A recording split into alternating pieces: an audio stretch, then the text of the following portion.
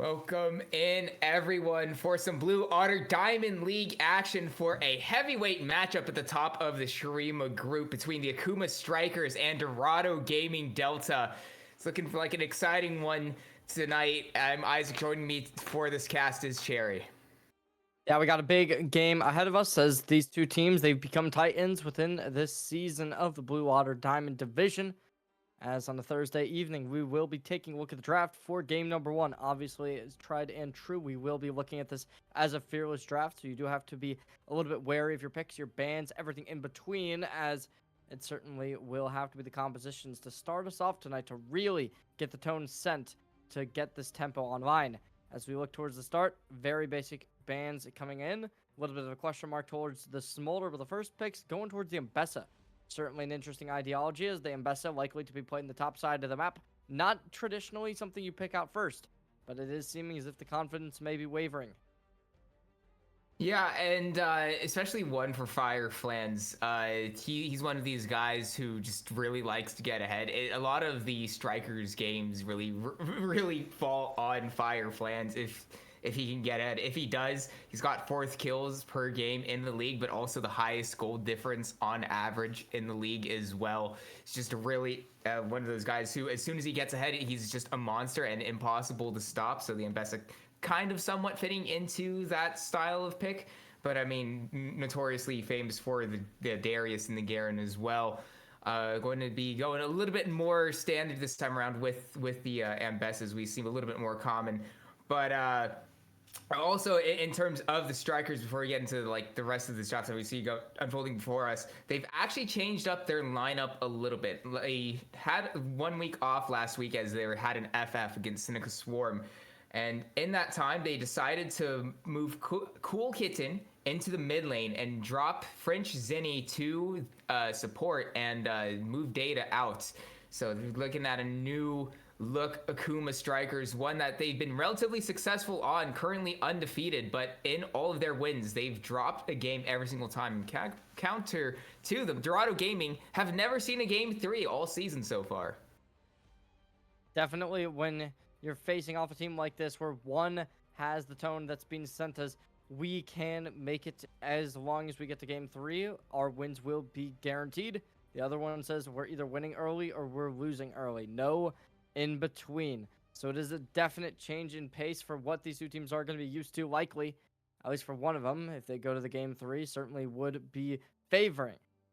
But as of now, composition's looking pretty standard. The Kaisa, the Galio, going to be very good for that skirmish potential towards mid-game. Playing for objectives, especially the Drake, certainly going to be closer for them to be able to take early on. You got to give a little bit of a wariness on that regard if you're on that Akuma roster. But as the Darius gets locked in, it's looking as if they're really going to be able to push early game ahead.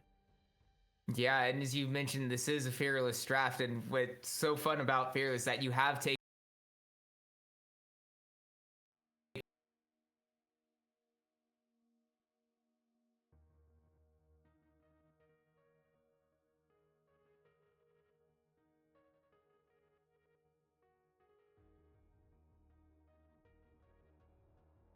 Do think we may perchance be back, so that is pretty good. I cannot lie, as I don't know, are we still on there? We still good? All right, haha, we're back. That's a funny little prank, production side. But yeah, no, the Darius, I don't know if it necessarily went through that previous statement that was going on and how Fearless does change drafting strategies quite a bit. The Darius getting picked up early by Dorado Gaming Delta is one that is a very big takeaway from Fire Flans and the Strikers. He's been so successful on this champion. Definitely a pickup that will be looking to pay out dividends, as it certainly has been able to prove fruitful in the past. However, whether or not they'll be able to find the same level of value, that's to be determined, as currently we are just going to be looking at the second phase of drafts coming through, as the bans are coming out in full force. Interesting enough, we do see the Renekton ban, so it does seem as if there's a little bit of a ideology that this Mbessa will be locked towards the mid lane. Certainly an interesting choice to be opting in for, as that would kind of force out the idea that this Talia is going to be towards the jungle. But we are just going to see what the ending phase does bring. Is still the support necessary. The jungle likely to be necessary, as there is the Jin Zhao to be locked in. Obviously a strong champion the most picked character in Worlds 2025. So definitely goes to show the value that you can get off of a character that especially can snowball very far ahead, being so proactive if given the chance. So I'm really looking forward to seeing what they're going to be able to pull out with this Xin Zhao in hand. On the opposite side, we'll see what they match with. The Rel is going to be looked to be locked in, however. So the Rel with this Xayah, a certainly strong backline that will have a lot of opt-out potential with the Ooh. flexibility to bring movement all over the place.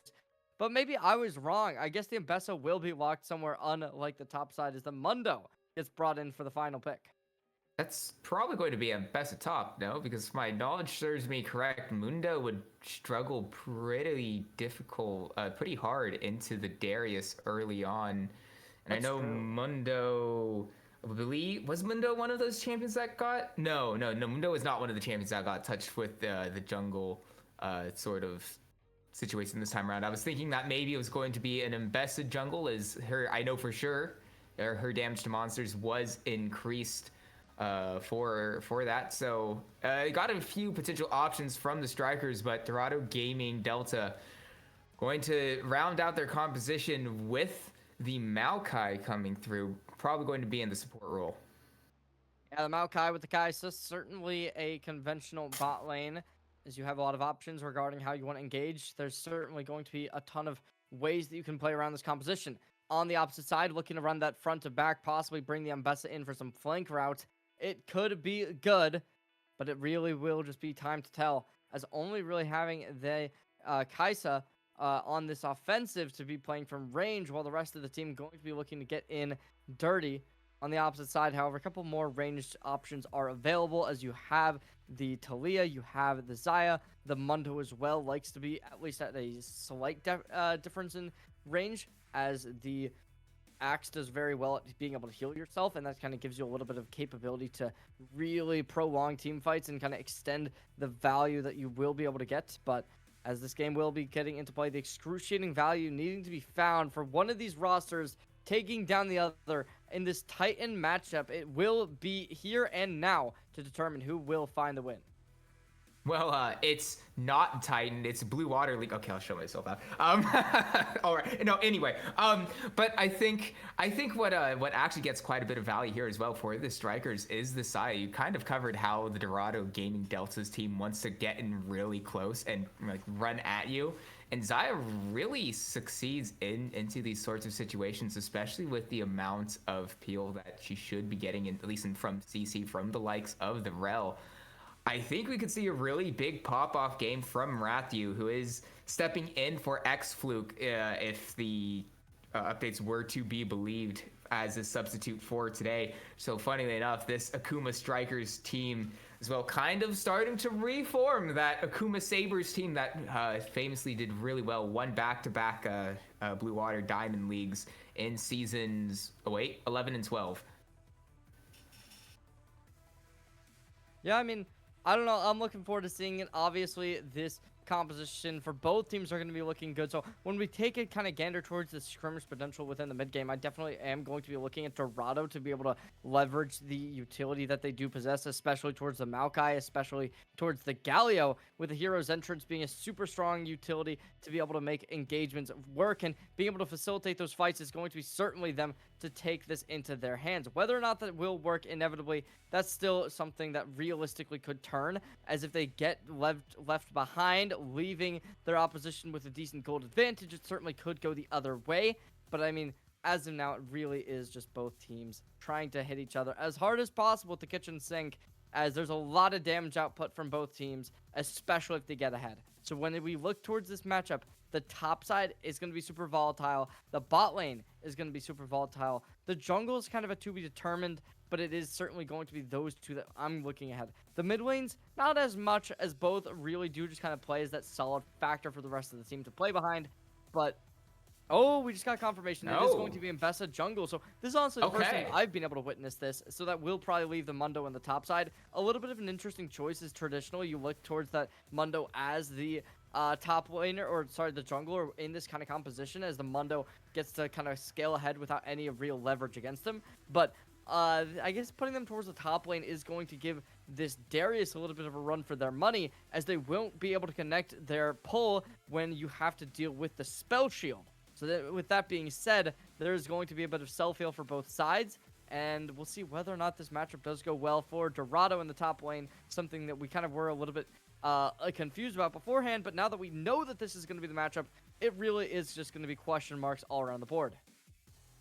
Yeah, and especially with the best jungle, it's one that it hasn't really seen too much play. There have been a few like best jungle enjoyers, but with the recent buffs to Ambessa's jungle clear, definitely could be rising in terms of priority. It certainly has done for the strikers. So I'd be interested to see how Cherry will be able to pilot it. She's really known for just bringing out a bunch of different champions in general. I mean, she's only had one repeat champion so far in Blue Water Diamond League, that being the Neferi of 2 games. So this is yet another unique champion for Cherry.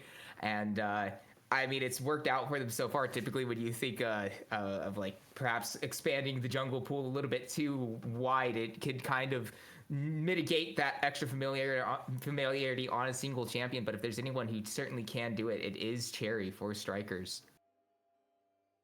I have to wait and see, however, as we are going to go to a quick little break. Ladies and gentlemen, don't go anywhere. We will be back with game number 1 of this best of 3 in the Blue Otter Diamond Division right after this.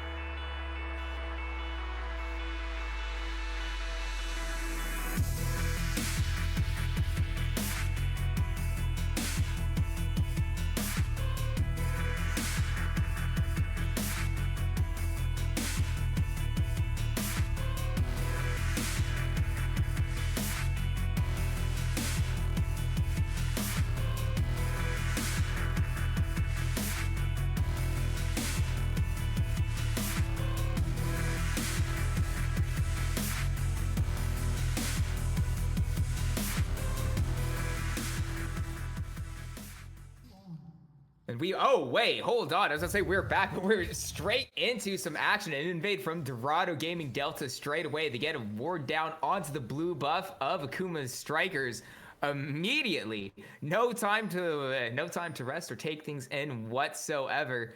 Got a bit of a vision advantage to the way of Dorado Gaming, but some good heads-up play from Rathu to move in and get a ward down on the other blue buff of Dorado Gaming Delta.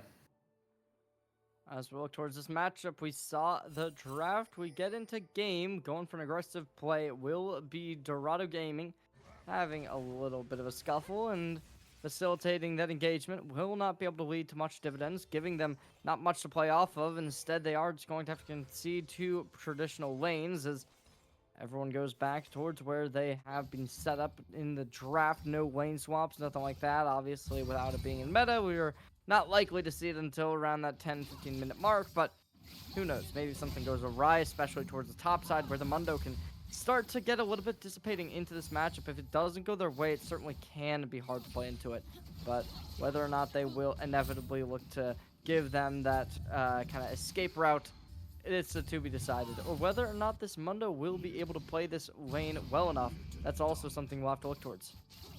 I mean, you did mention how the spell shield on Mundo does help out early on, specifically into the Darius because of the lack of the pull, but I think just generally the amount of damage Darius has earlier on, the few times that I've seen this matchup, I don't think it really matters necessarily all that much. We're kind of seeing a little bit of that immediately. Firefly's just going to have to concede a little bit of space, wait for that wave to crash underneath his tower, help things out a bit. And I do want to see Z3033 pop off here on this Darius because, I mean, obviously late game Mundo, if you give him too much time, does some disgusting things. And especially since Z has opted for the Ghost instead of the Teleport. The Ghost being something that really is going to be that kind of pivotal factor, whether or not they're going to try and leverage that into being able to find kills on the opposing Dr. Mundo, or whether or not that's going to be a late game tool to be able to really rush those split laning possibilities. However, the Teleport, certainly a much more traditional approach to the top lane, as it allows you to be able to go for split pushes as well as being able to instantaneously get into an engagement with the rest of the team, whether or not it's for an objective or just a general team fight. But as of now, I mean, that is just kind of that traditional approach you'd expect. We're going to be seeing both players pretty even out in that top side. In the bot lane, however, very different approaches already. The French Zinni is into a pretty rough spot, already down to around half HP. Gets back on the horse, or gets off the horse, sorry. They do have a cherry around the corner. Possibly somebody who may look to commence an engagement, but as of now, it is just going to be both teams electing for that kind of similar approach where they have these lanes completely shoved in. Yeah, and also junglers on the opposite side of the map means that we just kind of sit around and wait a little bit longer for us to clear things out a little bit, and so we do have that moment of silence. However, you saw the option from Phoenix Flare. He's going to move quite deep into the jungle of Akuma strikers. Get that extra vision down. The knowledge advantage, considering these recalls coming through, probably going to be slightly, ever so slightly, the way of the Delta. Jeez, gosh. The Dorado Gaming Delta. They got a few more extra wards down there. Potentially see and spot out Cherry. Moving towards the top half of the map once again. Junglers still opposite sides, and that means we're just going to still just wait around a bit for perhaps some interesting things. So, especially when you have the likes of this matchup in the bottom lane with J Core on the Maokai, he's just basically completely. Oh, hold on. Fireplan's going to have to flash away. Z going to respond himself with his own. Going to get hit by the infected cleaver. A few more auto attacks from Fireflan's is all he needs to get the kill down onto Z. Not quite going to find it just yet. So very, very tentative moments there in the top lane. Fireflies could potentially try to find one more cleaver down onto Z, who is sticking around with that very low health bar. I'd imagine that's a little bit too much risk for reward. As being able to find the kill on the opposing Dr. Mundo going to be something unlikely, however, maybe not Oh, impossible. Fireflans will get the maximum dosage, but it won't save him from an extra tower shot. Goes a little bit too far in. First blood goes the way of Z333. It's unfortunate mistakes like that do cause kills to be found. If you go under the tower at a low health bar, especially early game when the turret is so lethal, it really does give you that kind of scenario where you're thinking to yourself, this is pivotal, right? Like, this is where I'm going to be able to find the kill if you are this Darius on the Dorado roster, right? And they were able to completely take advantage off of the pull. They were able to significantly lower their HP on the Mundo, and it just kind of led to a bit of a downfall, decreasing in momentum, as obviously they were already down 14 CS. Now they're down a kill as well, seeming as if this Darius is already going to be on that snowball effect.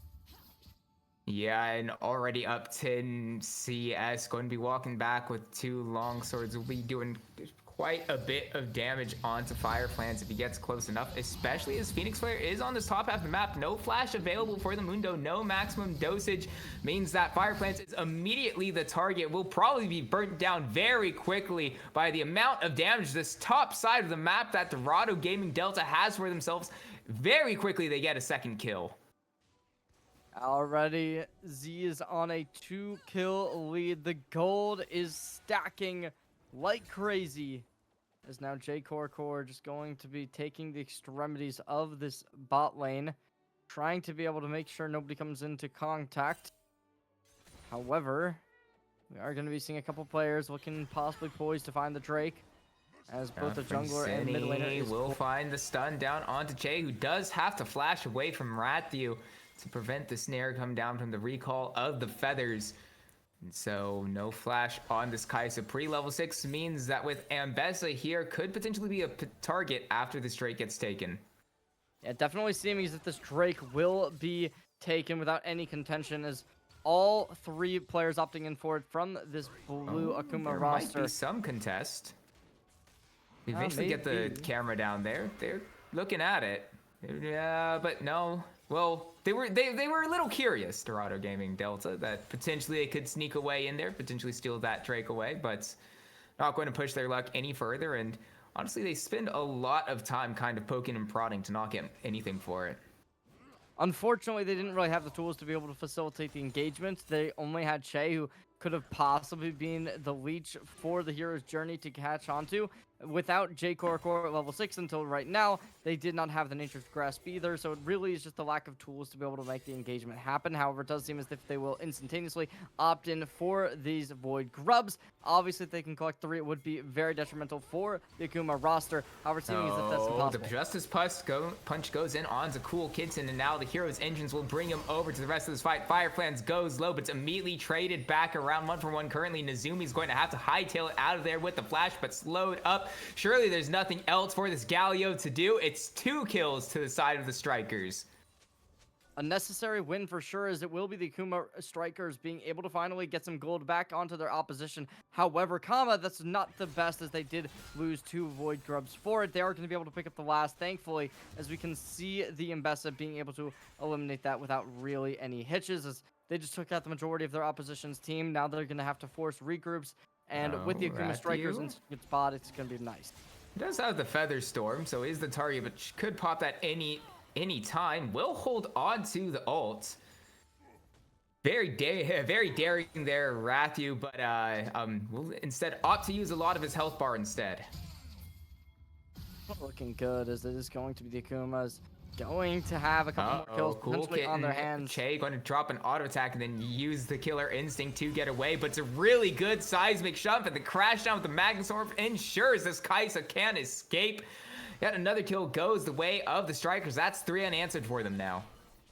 As they have the Void Grubs picked up, the majority are going to be able to very much burn down this turret, as they're going to look for 2 plates.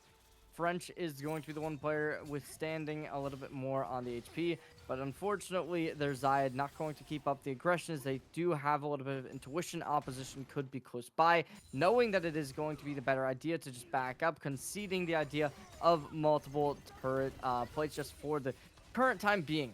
As we are seeing 3-3 in the kill leaderboard, it is going to be the Akumas, despite being down 0-2 at a certain point in this game. They've been able to bring the comeback alive, as now it is going to be 3-3. The only real problem for them is the fact that their Mundo hasn't had the strongest performance so far in this matchup, but that is to be expected as playing against the Darius. You're in a very pivotal matchup that gets a very oppressive very easily. Oh, the recall of the feathers finds way down onto J Core. Takes him down to half HP on this Maokai. Luckily, that guy does passively heal up a little bit if he can get a few auto attacks down in onto the wave. So not the end of the world for Dorado Gaming Delta, but certainly not ideal, especially with their jungler arriving to the bottom side of the map. It would have been a potentially good look onto French Zinni. No flash, no heal there. Engagements are looking good. We already do see the Xin Zhao with their Sundered Sky online. Certainly going to be a tool that will be able to help them prolong fights, as the healing enabling from it will be super aggressive, especially when comparing it to the Xayah, to the Talia, two characters that like playing really aggressive really early, but as the Nature's Grasp comes in, the that's target. The Nature's Grasp is perfect. Finds its way onto 3 and completely negates everything the strikers wanted to do. Nezumi showing up on the flank, finding the CC onto multiple targets, but going to back away. They have a feeling that other members might be arriving. Cherry was close by, and so after what looked like a good potential angle for the Dorado Gaming Delta squad, they move back away. It doesn't look like they're giving up on this just yet. Phoenix Flare in the vicinity, but Che's already gone very low. So is Rathu. Actually doesn't have access to the ult, and so Che goes in with the Killer Instinct. Rathu low, and now French Zinni taking down Rathu. Going to pop the barrier to keep himself alive, but a very good proactive play from Dorado Gaming Delta.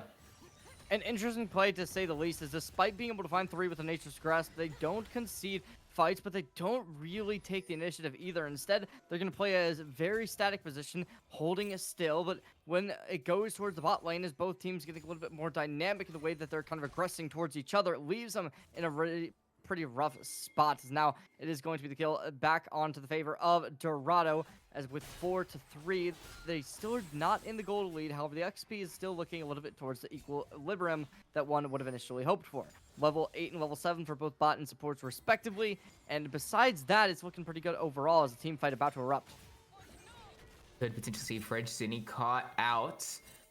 They're going to have to use the crash down to hop away. As you mentioned, the team fight is definitely a real possibility, as the Drake has spawned. Second one would be going the way for the strikers if they do manage to pick it up. But Dorado Gaming Delta have a little bit of a better look in towards the river, have the positioning towards this Drake. They haven't started it up just yet, trying to bait in Akuma strikers a little bit further. No commitment to this fight just yet by either team. Nezumi potentially on the flank to look to Justice punch in and find a shielded Durant onto multiple members. J Core maybe in a little bit of trouble. You know, is relatively all right on this Maokai. Has a decent amount of health. So again, not going to commit either side, as we've got a very tentative situation in the in and around the river. One misstep could spell doom for the potential rest of the game, especially, speaking of spelling doom, Phoenix Flare might be in trouble, and the Weaver's Wall will cut him off from the rest of the team. Hero's Entrance will do its best to buy time, and the Crescent Guard as well. Talk about time. Phoenix Flare gets all he needs for the rest of the Dorado Gaming squad to arrive. French Zinni has nowhere to go. One more auto attack drops from Che. That'll be 2 to Dorado Gaming Delta, and it's just a little bit too far from the strikers. We talk about counterattacks consistently within the game of League of Legends, but that certainly has to be one of the best ones we've seen, at least within the Blue Water League. There was a 1v3 happening where it was their one player getting completely snuffed out. Phoenix Flare in a very rough situation. Weaver's Wall coming out to block their entrance, but despite that, it was consistent ults after the hero's journey coming in with the Nature's Grasp. Both ults come online, and after that, we saw the Crescent Guard, as you said, and it just was consistency, right? They made the comeback. They forced their opponents to get trapped in a rock and a hard place, and now there's another couple kills. Dorado Gaming back on the front foot. Despite Akuma looking good, they're not able to keep up the same level of value that they once were. So we look towards this game as, honestly, it's Dorado's to win. They have a pretty gold-heavy Darius. They have a Xin Zhao who's already gotten super ahead, with a bounty just now going away. But beyond that, it's a very strong bot lane that's not behind at all either. Yeah, and Phoenix, like you mentioned, on the Xin Zhao doing a really good job. It's just the kind of the expected type of performance that Phoenix Flare gives at this point in time. Currently second in KDA, third in kill participation percentage, just all over the map generally, and leads this Dorado Gaming Delta roster every single week, and is continuing to do so here against Akuma Strikers. Speaking of, we might find a little bit more of that in the top lane. Fireland Flans might be the target, but a little bit of a anti-synergy between Z333 and J-Core means that this Mundo's alright. As we look towards the jungle, we are going to be seeing the Herald up and available for either team if they want to try and poke the bear at it. But right now, it does seem like both teams are going to be electing to opt away from that kind of push, instead opting for the mid side, looking to possibly make a little bit of an aggressive stance over here. It could be good if Nezumi wants to try and make something done, but as of now, it does seem as if they are just going to be playing a little bit more towards the passive role, as there's going to be a couple players looking to bounce towards the bot lane, as Che going to have to adopt a more kind of passive style as well, where they concede this whole tower by the looks of it. Yeah, Rathu doing really good into the 1v1 against Che. Both at fully completed item, but Rathu doing a really good job there. But considering that the rest of Dorado Gaming Delta is doing all right across the map, picking up Shelly, I don't think they're going to mind necessarily all too much. Seeming as if that will be the case. Kuma Donuts. And the amount of gold differential is starting to be lost. It does kind of beg the question, will they have a little bit of a hindrance towards them? The Herald in the hands of the Xin Zhao Phoenix Flare. They've been good so far. Now they have the option to be able to really force their opposition to take note. We'll see whether or not they are going to be electing that in the mid lane, kind of the more traditional approach to it, whether or not they'll adopt for a more sinister style that may not be spotted out until it is too late. It is a bit, be a bit early from Dorado Gaming Delta to summon up the Rift Herald, especially since none of these towers are super low. On the side of Akuma Strikers, there's not really one tower that they can necessarily break open, so I imagine they're probably going to hold on to that until this next Drake spawns in about a minute and a half to be able to get that extra pressure and force a response out of the Strikers to be able to get that positioning on the Drake and be able to set themselves up a really nice fight. And considering how they've played these out, gotta suspect that they're probably going to be favored in these should it start up, especially if Z333 can find a way in on this Darius. He's been really big so far, at least earlier in this 1v1. It's been a little bit quiet in the last, I'd say, 5 or so minutes. So having that moment that could really inject him with a large amount of gold to be able to take over could be the moment that Dorado Gaming Delta are looking for to put Fireflans even further behind. As we look towards the mid lane, possibly going to be finding a bit more aggression spotted out, as there's going to be a lot of players adopting up here and possibly going to say mission success, as so many players going towards the Drake pit as only 40 seconds remain before that gets spawned in. You got to imagine that Akuma Donuts with the teleport online should have a bit of an advantage coming into a full team fight, as it would force the Darius to be out in the middle of nowhere. Whether or not they're even going to get to that point is a to be determined, is certainly seeming as if the Dorado Gaming roster has no intention of fighting early on. Yeah, especially since Z333 is kind of getting bodied right now in this 1v1. Actually, Fireflans flashing forward, trying to find the kill onto Z333. Won't quite land the cleaver, but he's still really healthy, popping that in maximum dosage. But all the while, in and around the Drake French, Zinni in trouble, down low, hit by the 3-talent strike. J-Core will press Q and secure the kill onto the support of Dorado Strikers. Means they're down a man, and these health bars of Dorado Gaming Delta aren't exactly all that low, so I have to imagine they're going to try to push in, summon up the Rift Herald, as well as since the Strikers are on the wrong side of the map, to be able to respond to this, going to actually look for that tier 1 tower, committing a lot for it. All the while, back up to the top lane, Fireflans really healthy. Z333 not going to heal up with the Q. The Noxian Guillotine going to do a lot of damage down onto this Mundo, equalizing the health bars a bit. All the while, mid lane tier 1 taken up by the Dorado Gaming Delta squad, as well as the third Drake of the game going to go to Dorado as well. Dorado taking the advantage in that regard, being able to bring halfway to a soul. Obviously, the Chemtech soul, one of, if not the weakest in the game. However, it still is going to be able to provide value nonetheless. Obviously, I feel like the Kimtech Soul would be pretty all right for Z33 and Phoenix Flare as well. J Core Core could yeah, definitely I just think utilize it's it. boring. Yeah, you know, that's fair. That's understandable. I could see that angle. Yeah. I mean, you got the Anyway. Wind Soul that gives speed. You got the Fire Soul that gives explosions. You got the Hextech Soul that just looks cool and it gives ability haste. What does this give you, And the right? Like, lightning. it's just nothing. It gives you some healing when you get lower, and Yeah, but that's boring. Yeah.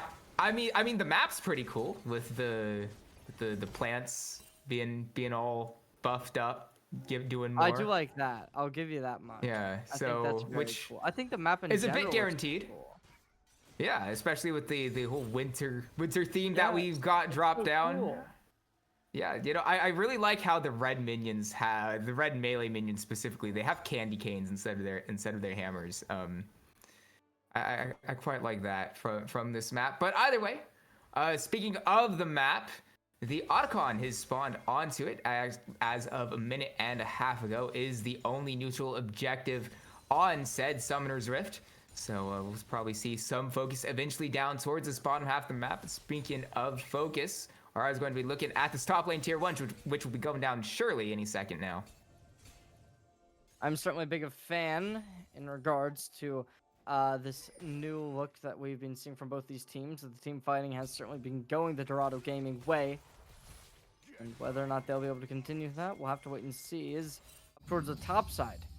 We're going to get both players duking it out once more. But over the bot side, there's the engagement. We might have a fight. J Core going to use the Twisted Advance down and going to spot out Cherry, isolated from the rest of the Akuma strikers. However, Cool Kitten is placed in some damage back down. Here's entrance going to be used to keep Che alive, but Rathu has arrived, gets a shut down onto the Kaisa, and now Nezumi as well on the wrong side of the map. Speaking of a little help from those buffed up plants, Nezumi going to get away from the ADC, but 1, 2, 3, Cool Kitten makes it look as easy as 1, 2, 3 with the Weaver's Wall. Now J Core also in a bit of trouble. Crash down from Fringe. Zinni not quite going to hit the mark, and more blast codes going to be used to start up fights. It's going to be Z333 trying to find his way into the middle of things, but he's quickly bursted down. Phoenix Flare doing his best to try to get Rathu, who kites things out perfectly on the Xayah, who thrives in these situations where you run at them, and Rathu comes up big in this clutch situation. 4 for 1 to the side of the strikers with Otacon ready to go. Yeah, not gonna back. Instead, they're gonna take the HP that they do have, force it right against the Otacon, and look to take this as well. Nobody really having the opportunity to be able to shut them down unless it's the Mbessa. If they want to try and, or sorry, not the Mbessa, the Kaisa. If they want to try and opt in, there's going to be the opportunity to drop the Killer Instincts, but realistically, they're not going to try and make anything like that happen, and they wouldn't even had the information. Now there is going to be the Otacon down. Next objective scene, and it will be the Akuma looking to get this game a little bit more close as it's getting to even the point where it's 40k to 40k. Only real difference is going to be the Otacon buff.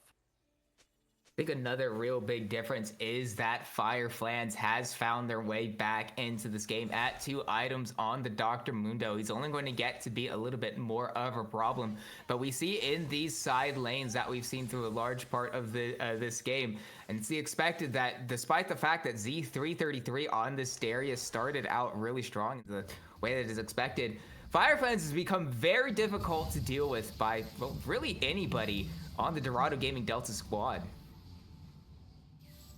Damage already being applied as they are going to back up. Obviously, 40 seconds within the next Drake to be unlocked.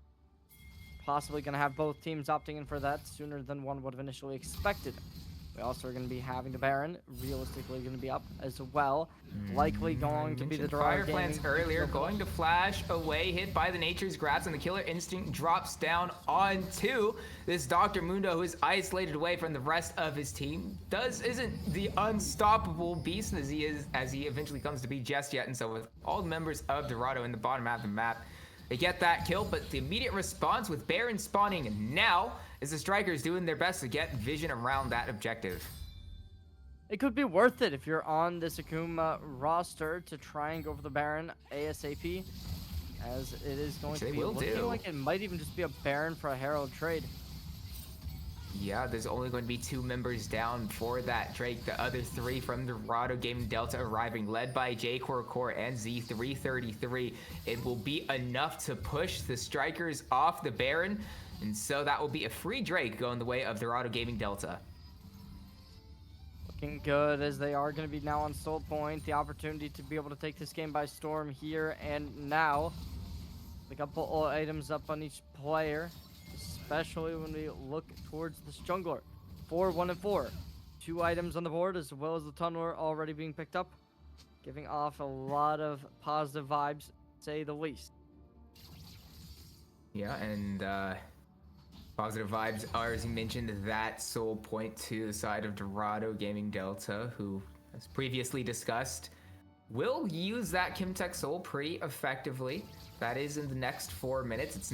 It is in fact a Kimtech Soul, because it's been however many years since we got Kimtech Drake in the game, as well as the Hextech Drake, and we still don't have the correct icons for them in the spectator, because you know, it is what it is. Anyway, moving on. The Baron is still on the map, so we saw from earlier. The strikers attempted to take that, try to make that trade go down. Didn't quite work, so we'll calm down and wait once again patiently. Maybe try to find one big fight that will give that either way, because the goal is relatively even as of now. So the margins between these 2 teams they're very tight. As these 2 teams are looking to clash at the highest level possible. We are looking towards this Akuma roster, needing to make the comeback. Whether or not they'll be able to do it, obviously, they have been able to make it happen in terms of the gold, despite not being able to find the Baron earlier on. They have been able to keep up the aggressive stance that they look to take. As now it is going to be Fireflans probably does pretty good into Nezumi in the 1v1. Especially, I don't think there's a lot that Galio can do to this Dr. Mundo, especially with Warmogs and the inventory of Fireflans. Any minuscule damage that Nezumi does, Fireflans is going to walk away, but a crash on going to be dropped. Public Execution going to try to find its way down. It's a J Core, who flashes away, but won't survive for very much longer. Teleport in from Fireflans has arrived. Phoenix Flare immediately bursted down by the remaining vendors of the Sabres. Nezumi does their best to get into the middle of things and turn this fight. Z33 gets the first proc, the Noxian Guillotine down onto the target, gets the execute, so he could potentially look for another angle, but it's not quite enough. Cherry runs in, Cherry sets up these kills, and a good seismic shove ensures Che's not getting away. It's an ace going to Akuma's strikers with Baron in their sights. After that fight, they're able to turn right onto the Baron, only going to be losing their support. Certainly not the player that you have too much meaning to be able to keep around for a Baron, as they have that supportive utility. But in terms of being able to just rush this Baron, looking to leverage this, turning this 3-lane prong into a trident. We'll see how they are going to inevitably face the next 5 minutes. With this Baron buff being alive, they should be able to make some work across the map, but we'll see whether or not they are going to be able to actually leverage this.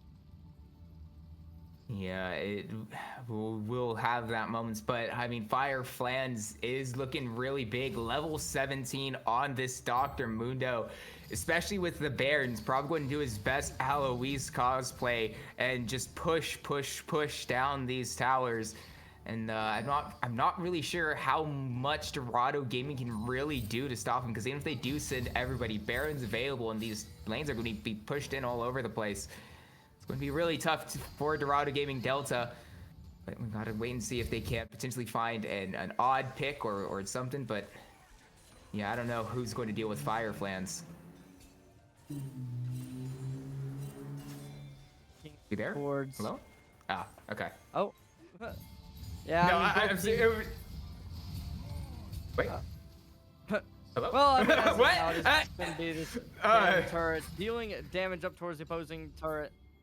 As, yep, this Baron buff is doing a ton of damage towards the opposition. Not going to be able to make anything happen, as now the bot lane is going to be focused from both sides, getting possibly a little bit of tunnel vision, as 4 players from this Dorado Gaming roster are going to elect to go down here, but the pivot directing their attention over towards mid, going to be changing up the pace of this game, going for the tempo up towards mid lane.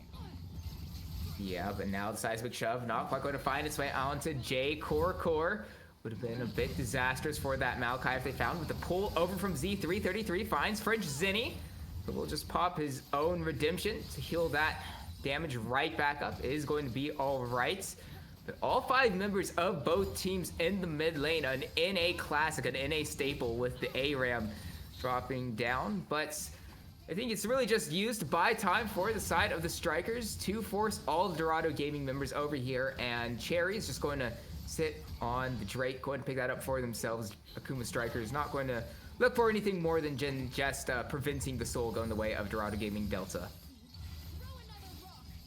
This team fight, it is going to be facilitated relatively soon. The question becomes, what will be the utility to be able to spur of the moment engage on this?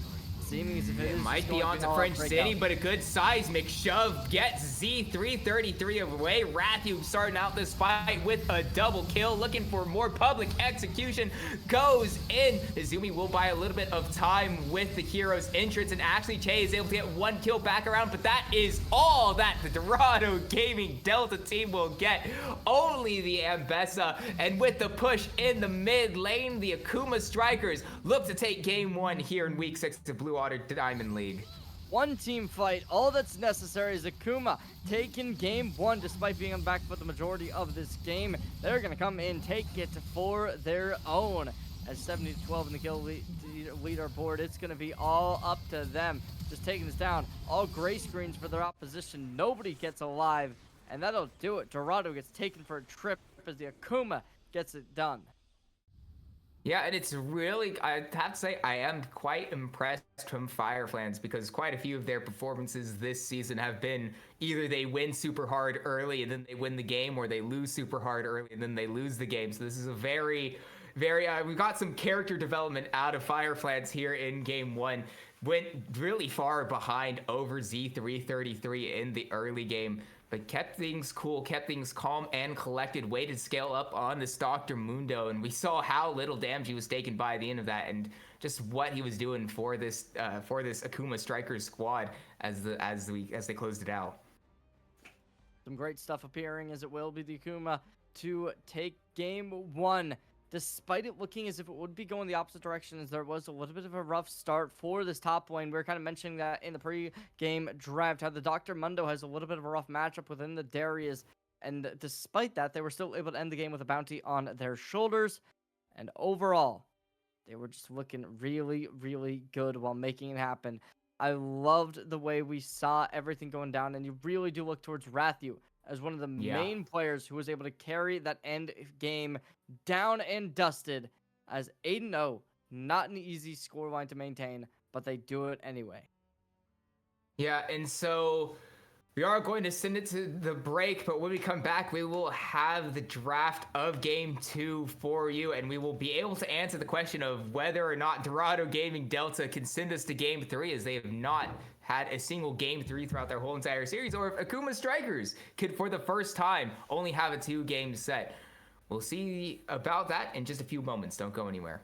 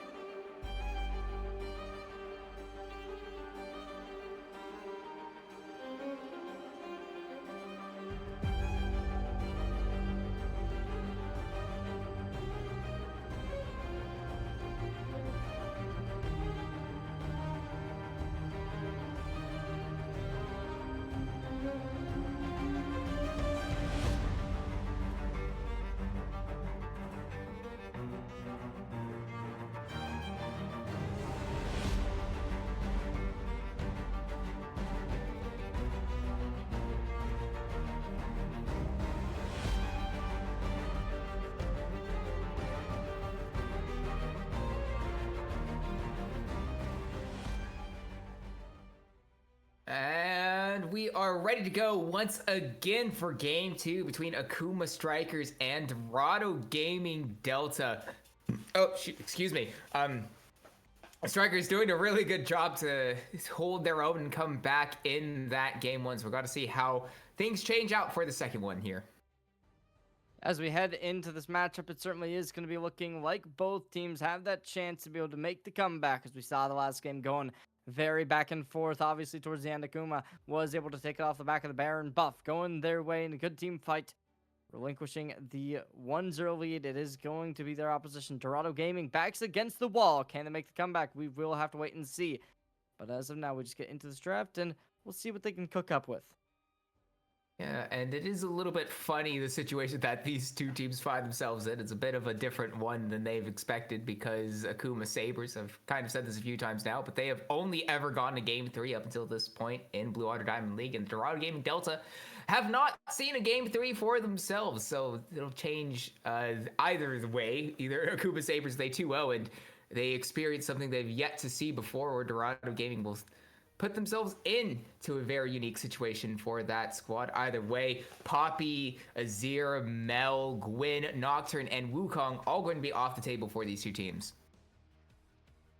Pretty simple bans, pretty standard stuff, but the Malphite coming on in, certainly an interesting pickup. Obviously not a bad one, but not the most conventional pick we've seen in the BOL. Okay, I mean, this is probably a little bit more standard, a little bit more comfortable. They're still hovering it. There's still a chance it switches over to something else. It's actually Ezreal. The Ashe will be the choice of ADC for the Strikers. Go ahead and pair that up with the Nico. One that I actually think is a pretty potent bot lane combo.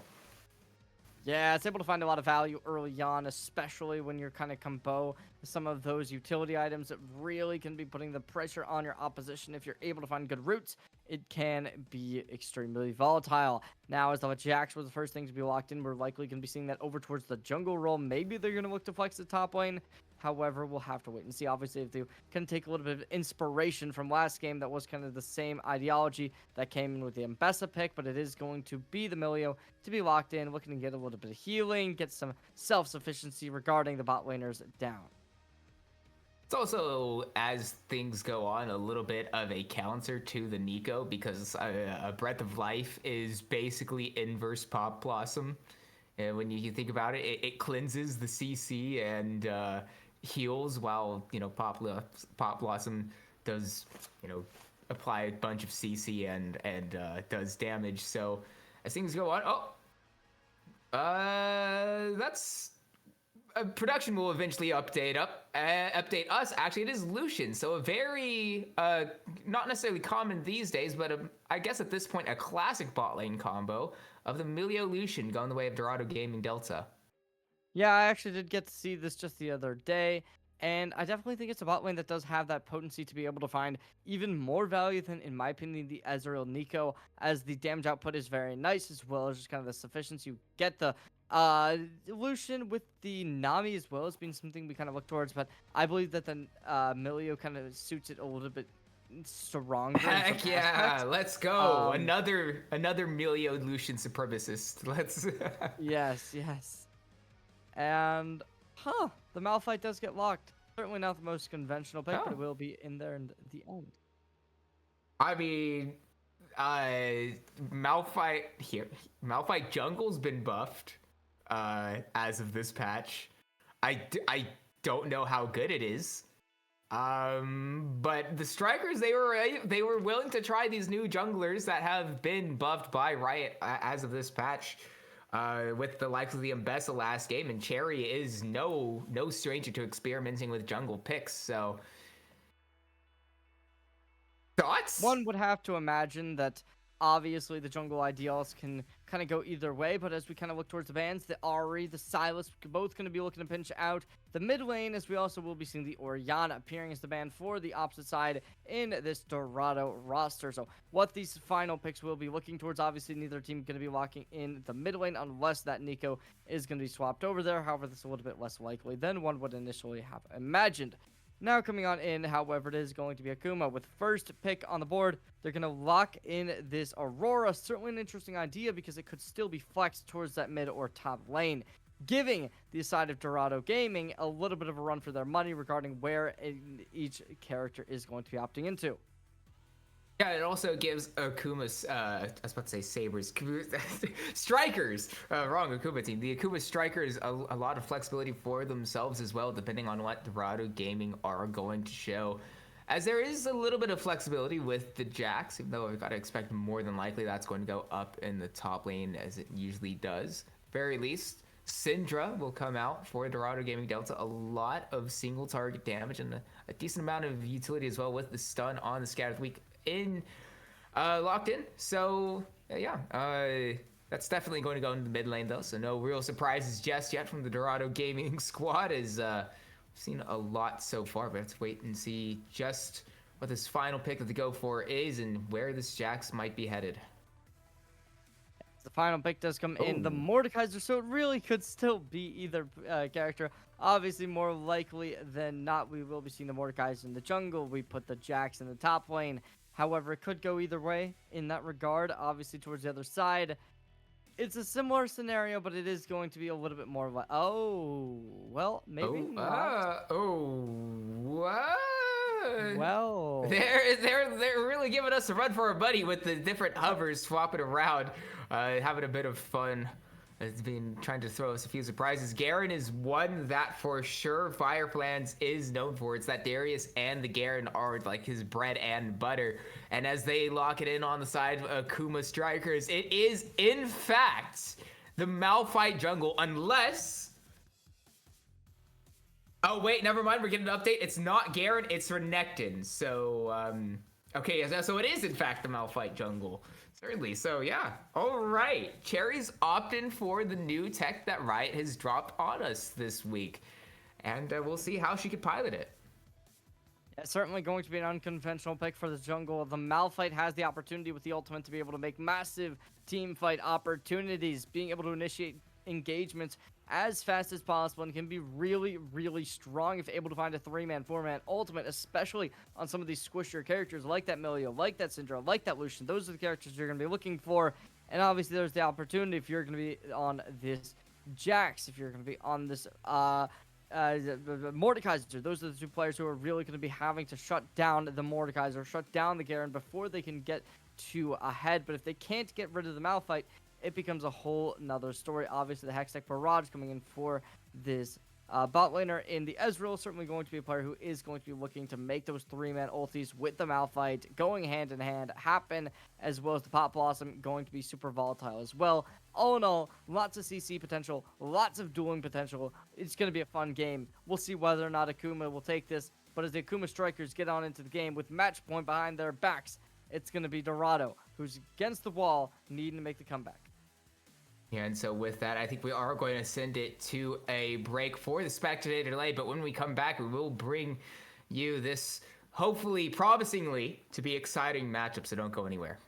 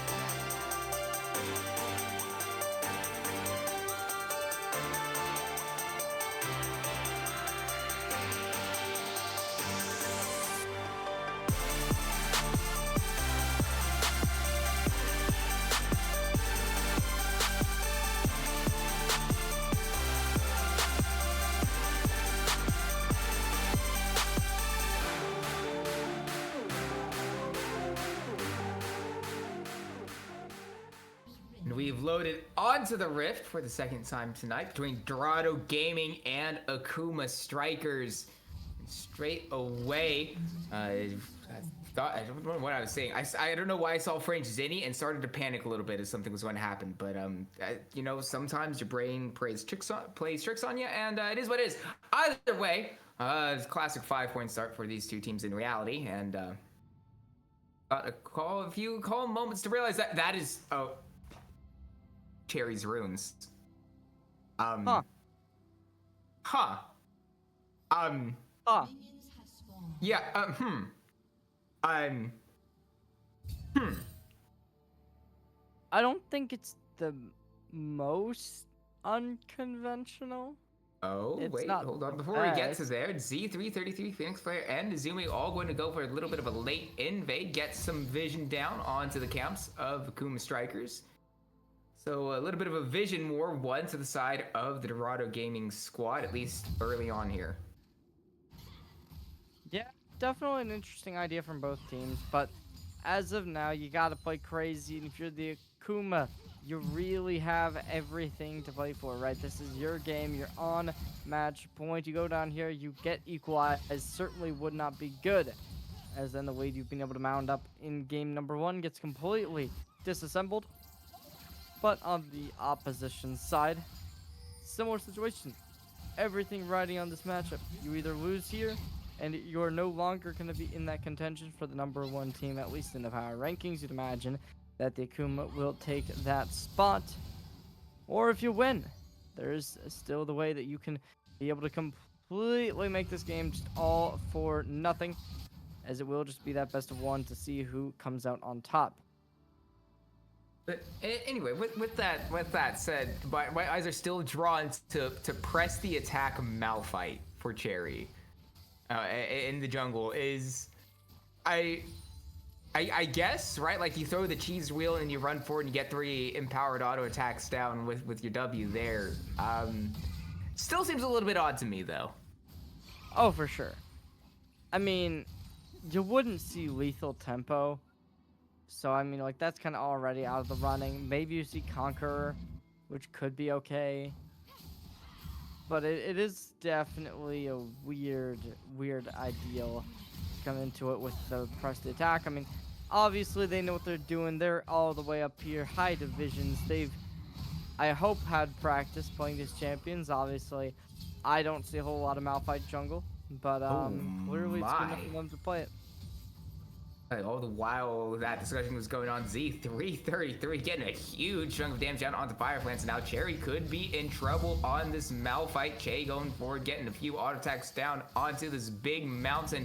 We saw this a little bit last time around. Perhaps Dorado Gaming gone a little bit too far forward. A good snare finds way down onto Che, and as 1, 2, 3, Cool Kitten is arriving. Everyone going out to flash away on Dorado Gaming. They do somehow manage to get out. J Core is fine, so they do spend a lot to try to find that fight, but still no deaths either way. Good stuff coming out as Akuma going to be on the front foot early on, but unfortunately with a bit of a heavy investment, despite not finding any kills, they are going to have to back up. Both teams just kind of staying in that standstill position where the storm has been mitigated, it's weathered, and now everyone's just kind of trying to play for the CS. Unwavering in confidence, however, in the top lane, we are going to be really looking towards that as where this game could start to snowball. So that's kind of where we saw it last game, with Amundo having a bit of a different run than one would have initially prospected. And as of now, we're just going to be seeing TPs back to lane. And, yeah, I mean, both teams just kind of playing their normal game. We are going to be seeing the first Drake up in 10 seconds, so that is something we can look for, as you'd imagine both teams are going to look to get themselves composed for that Drake early on. Yeah, and especially with the push that Lucian Milio has relatively early on, they're managing to get priority, forcing away Ratthew and French Zinni. Nation them back towards their own tower. You have to feel that the first Drake will be within the sights of Dorado Gaming Delta. It is on the map and ready to go at any moment should they choose to move over. Phoenix Flare just finishing. Wow. His top side clear. Going to be heading down towards the bottom half of the map right about now. So be seeing that in just a few short moments in all likelihood. But meanwhile, in the mid lane, Cool Kitten's doing quite a good job to zone Nezumi off the wave. And Akuma is coming in hot, as they are going to be able to take a equalization despite being down that slight bit of goal difference for the majority of this game. They are going to be able to take it back into their hands. Obviously, the Malphite getting a little bit of gold value first, but as the Sheen gets collected, it is going to be a couple other items to be brought in as well between worlds. Nezumi will go between worlds.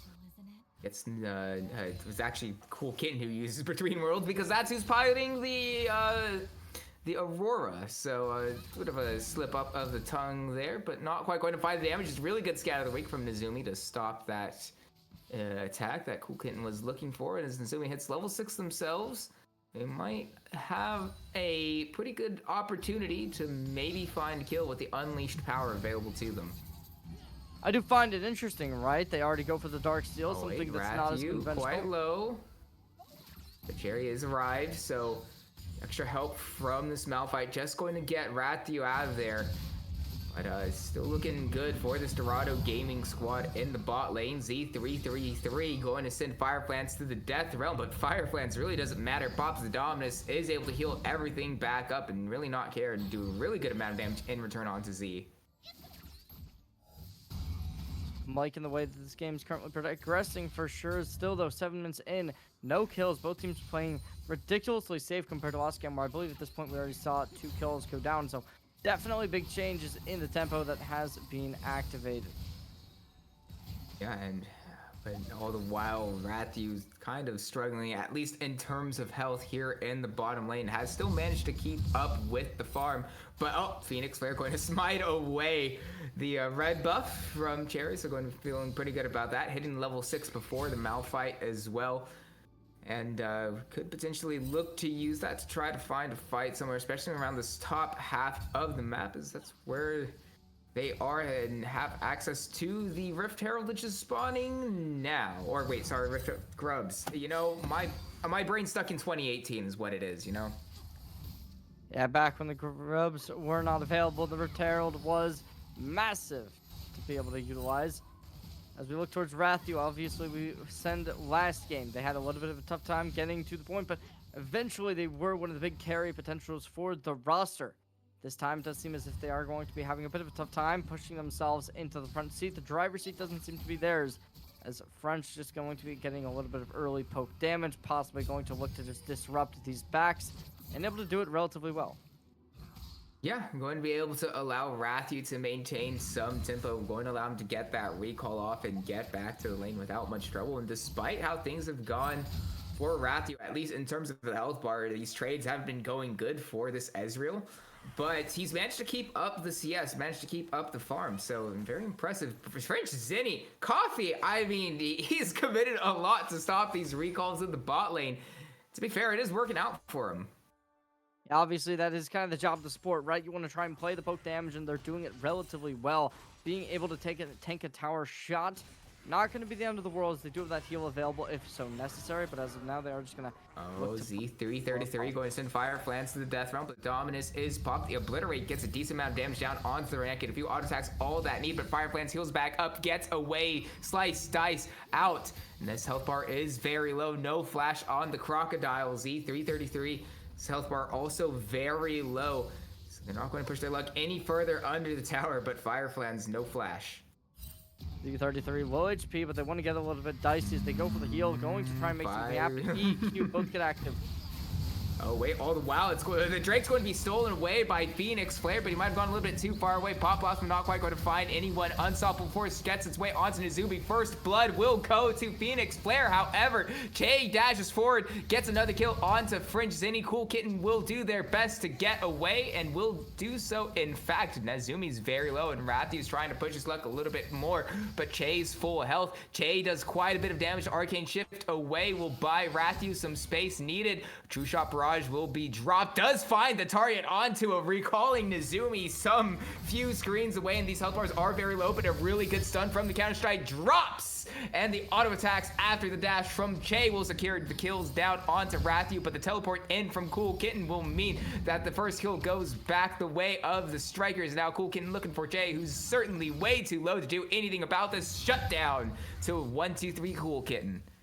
Able to bring the game back into their favor will be the Akuma, specifically the Cool Kitten, to be able to take the 2 kills, looking to get themselves pretty fed, as that's going to be a lot of gold activating onto this player.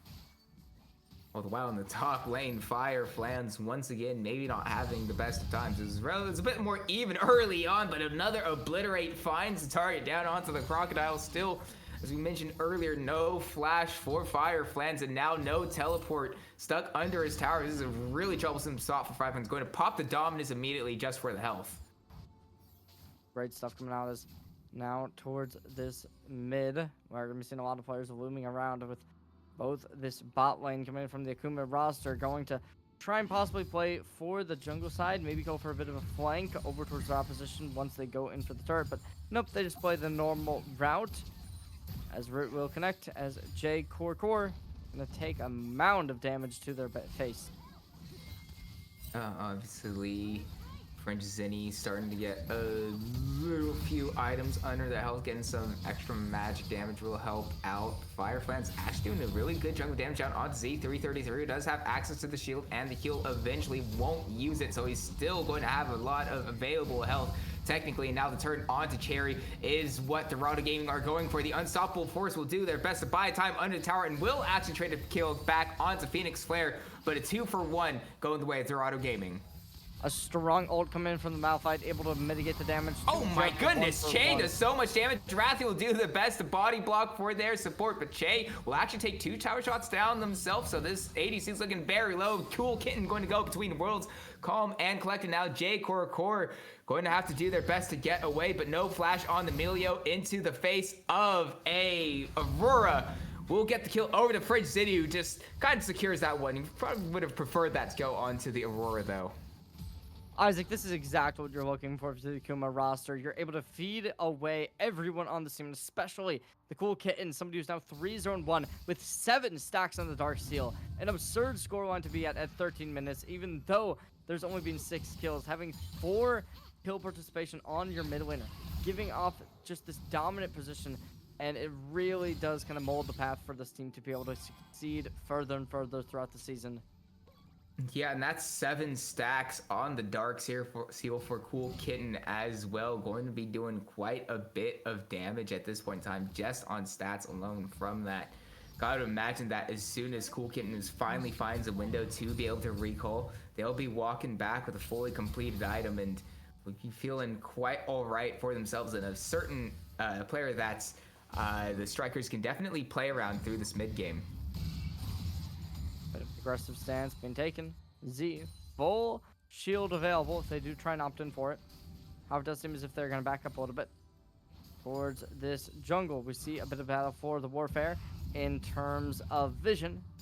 50 seconds until the Drake is going to be up. Certainly something both teams are going to look to opt in for, as we saw that as a big crucial necessity in the last game. So definitely seeming as if that is going to be the case this time as well. As already we were only a couple minutes into the game when we saw the first one of all live. Now we are only 15 minutes in when we will see the second one appearing online. So right now, lots of players opting towards the bot side. We do see the Milio coming in for Ray, as well as this unison between the Jax as well as the Syndra, both kind of playing towards mid. Yeah, and that means they will have positioning in the river, in the jungle, to be able to set up for this Drake, get some vision down, deny a few of these wards away from the Strikers as well. 4 members all on this Drake. You gotta feel that this will be pretty comfortably going the way of the Dorado Gaming squad.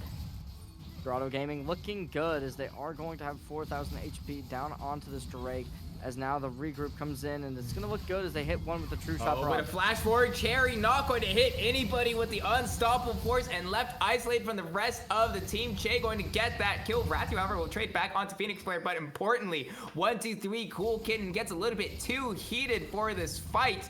goes too far away from this team and is collapsed on by the remaining members of Dorado Gaming Delta. And that is a lot of damage no longer available for the strikers, but Fridge Zinni, he's sticking around for this. I don't know if they really want the heat here on Akuma strikers. Just doing their best to zone things out. They will not be able to get that Drake away. Now Che dashes forward, going to try to get the kill onto Rathiu, but a little bit distracted by the clone from Fridge Zinni means that Rathiu is all right in the end. Already looking pretty good in the bot lane as they're able to make the Drake go their way. A second one comes in, as we will be seeing this generally be the objective game for this Dorado Gaming roster, as they've been able to find all three that have been able to appear on the map so far, seeming as if this Malphite pickup may have been the wrong move. Unfortunately, as despite going for an unconventional pick, using unconventional runes, picking up the push, the attack, it is going to be a little bit rough, as right now we are seeing a gold lead as well as an objective lead coming in for Dorado. Yeah, all three objectives gone their way. They've already got the fates. So eventually, as they got those tier 2s, we'll get the slight, the stat bonuses on the boots as a result. But I mean, that really pales in comparison to just in general how they've been playing out these fights in general. At least the last one around these objectives all gone the way of Dorado Gaming Delta, the very important ones, especially as Rift Herald is now up and available on the map for them to take. If they keep playing like this around the objectives, it's going to be very difficult for the strikers to be able to really find a way back into this one. Yeah, looking as if they're going to try and set up a trap play. There it goes. The Between Worlds activated. Unstoppable force. Not quite going to hit Nezumi, but they do get a flash down. Phoenix Flare now rising will get the Counter-Strike stun, and the Scatter the Weak ensures that Phoenix Flare with one little auto attack picks up yet another kill. No Cherry on the map once again. No Smite available to Akuma strikers means that immediately Phoenix Flare runs straight to the Drake. Not the Drake, the Rift Herald. I've got my objective names all confused up today. It is what it is. Herald to Dorado Gaming Delta. As Che's going to be pushed up aggressively, not going to be connected by the tower. Instead, just going to be able to dance around the limits. And now as the Herald is down, it's a fourth objective going their way. Dorado Gaming just taking the number of Akuma right now. But 33 is just going to take a bunch of damage to the face from Fireflan's. Not going to throw up the shield either. Was stunned through that. Now Fireflan's going to turn this into a 2v1. Dorado Gaming, for the most part, this game have done pretty good, but what was that from the top jungle of Dorado Gaming? Cool Kitten, though, going to be hit by the culling down to half HP. Zinni going to use the Pop Blossom down onto 2. Che, the target of the strikers. Will they be able to get him down? The barriers keeps him alive for a bit longer, but Cool Kitten able to secure the kill, and immediately Rathiu going to get the last auto attack needed to get J Core, and all the while Fireflan's in the top lane going to find a huge gold swing for the Dorado Gaming squad. Dorado Gaming for strikers. Right?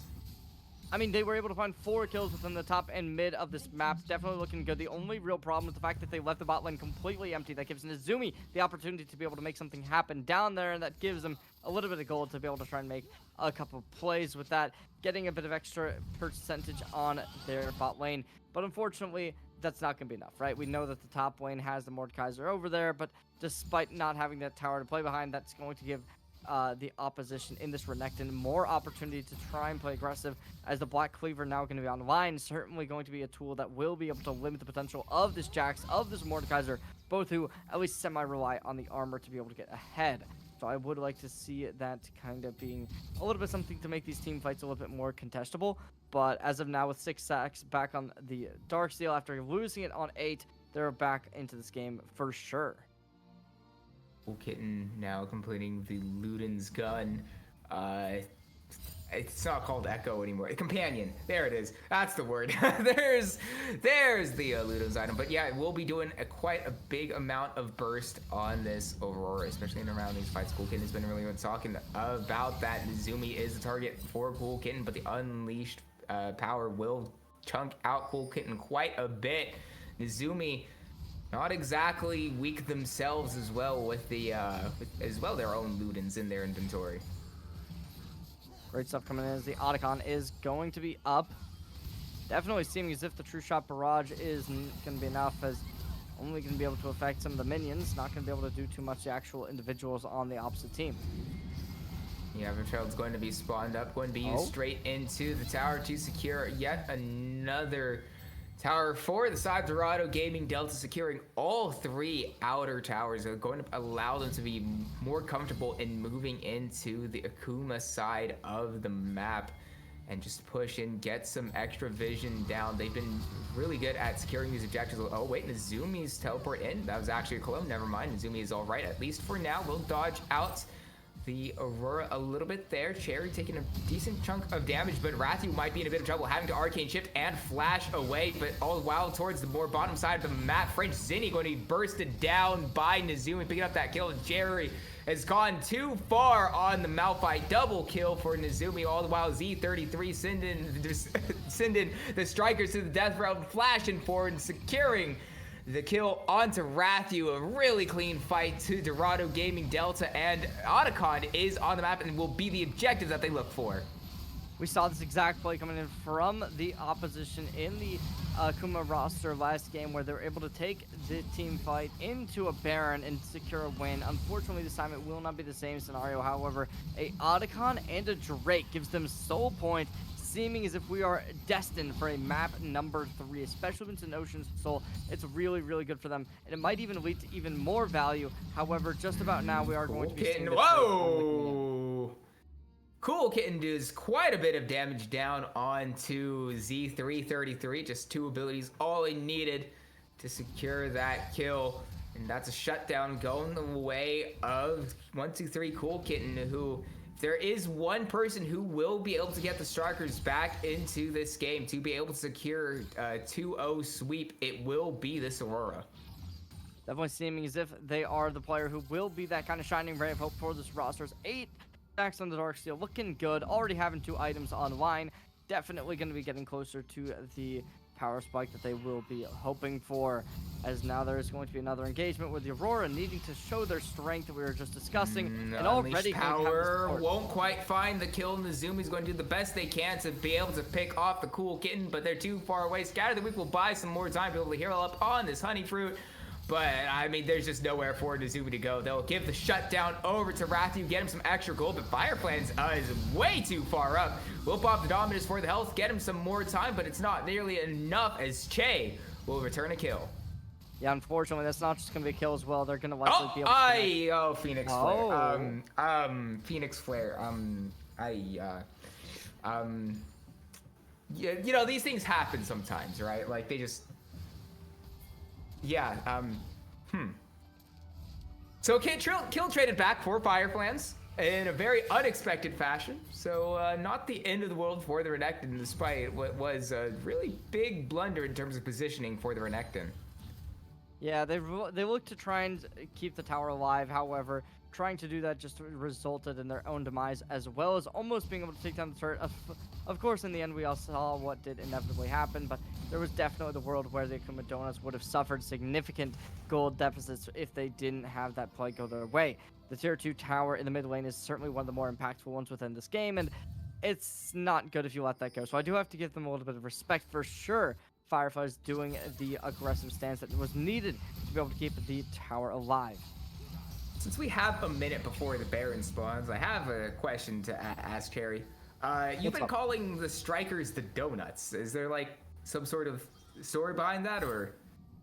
Honestly, I've just never casted Diamond before, and I remember casting Akuma Donuts like 12 times last year. So, you know, it's just kind of like a memory thing. Just habit? Yeah. All right. I mean, I've called them the Sabers a few times myself, so I guess it's only fair that we've got to give that leniency without myself being a hypocrite, or maybe I am one myself. But yeah, no, it is what it is. I was just a little bit curious at that, and to buy a little bit more time, because as I mentioned, Baron is spawning up, in which the Dorado Gaming Delta squad do have the positioning over. And you look at that vision line on the towards the red side of the map, they've got this side on lockdown. Yeah, I don't know. I mean, we're likely just going to be seeing this kind of go down to like flipping for either the Baron or something like that. Obviously, if you're the Akuma roster, you really do need to make some kind of change. Adaptations are necessary currently because not only are you down gold, but as well, you're on soul point. It's looking rough, to say the least, and something needs to change if you want to be able to make the win here. And whether or not they'll be able to do that, it is to be determined. But as we know, the ultimates available for this roster certainly could make it happen. The Pop Blossom is really, really nice, especially something that can facilitate these engagements, look to be able to make some kind of change that could possibly lead to a team fight win. But as of now, it seems as if Akuma has a lot to do, and maybe even a game 3 is just on the cards. It's definitely it's looking like, at least in terms of vibes alone, going the way of Dorado Gaming Delta, even though a few of these fights and the overall kill score is relatively even, same as the gold.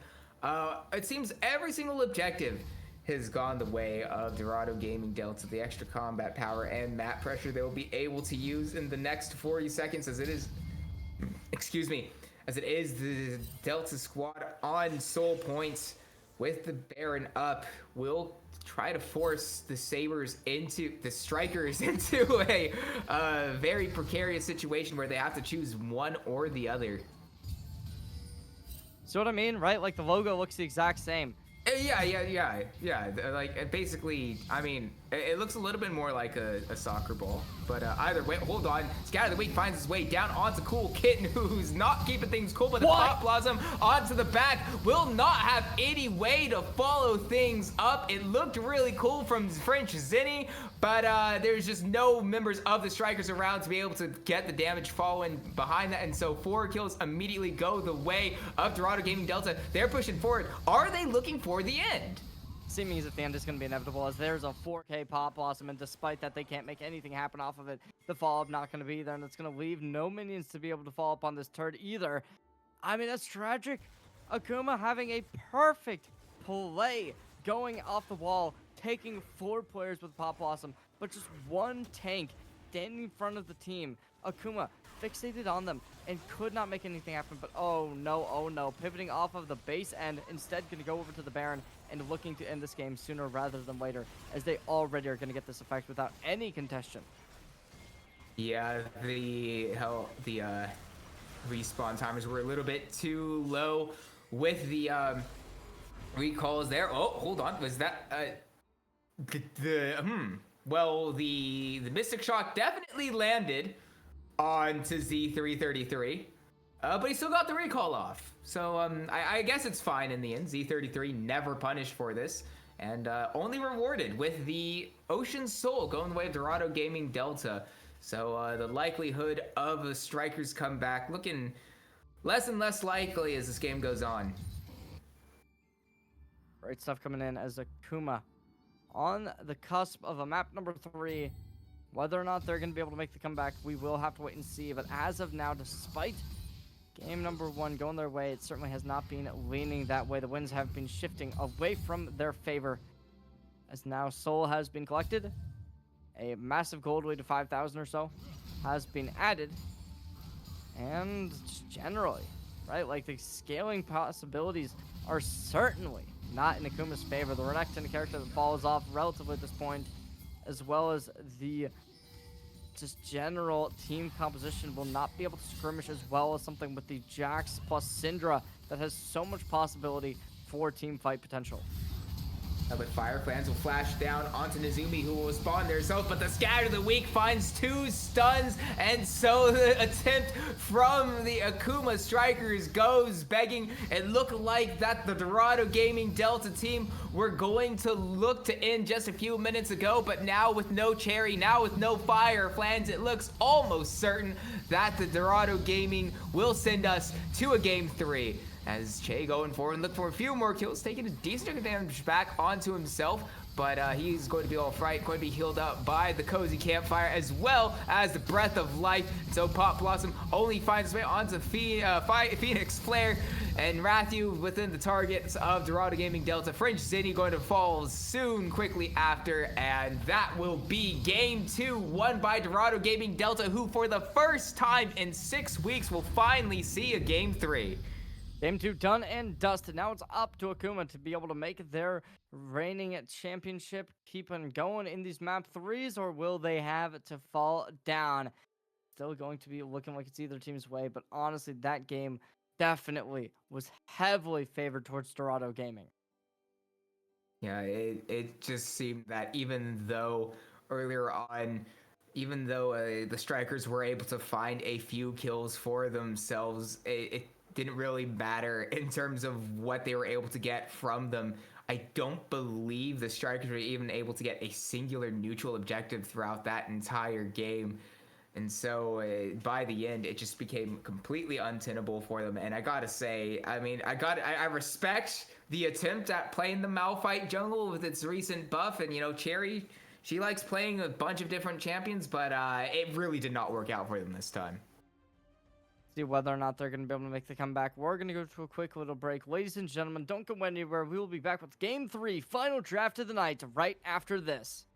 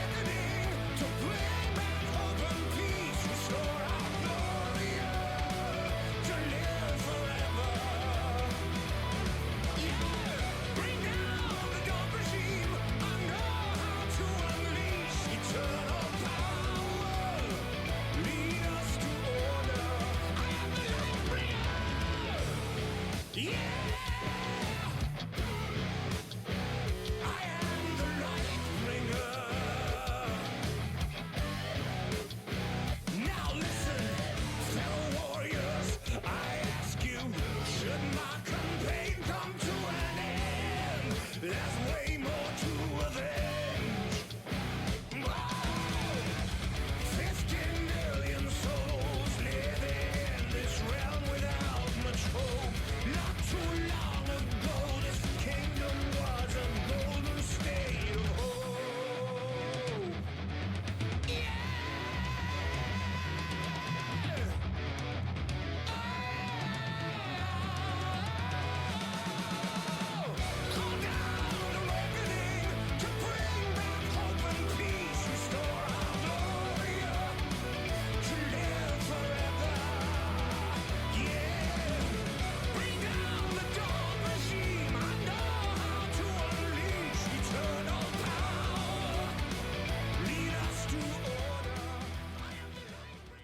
And so for the final time tonight, we are back with the draft for Game 3 between Akuma Strikers and Dorado Gaming Delta, in which we promise you that third pick is not Lucian. Just got a little bit of an update there. We'll eventually get that removed and ready to go for this draft. But yeah, in terms of champions taken away, Wukong, Nocturne, and Mel off the board, as well as the Azir and Gwyn, I think is a new band this time around from the Dorado Gaming squad.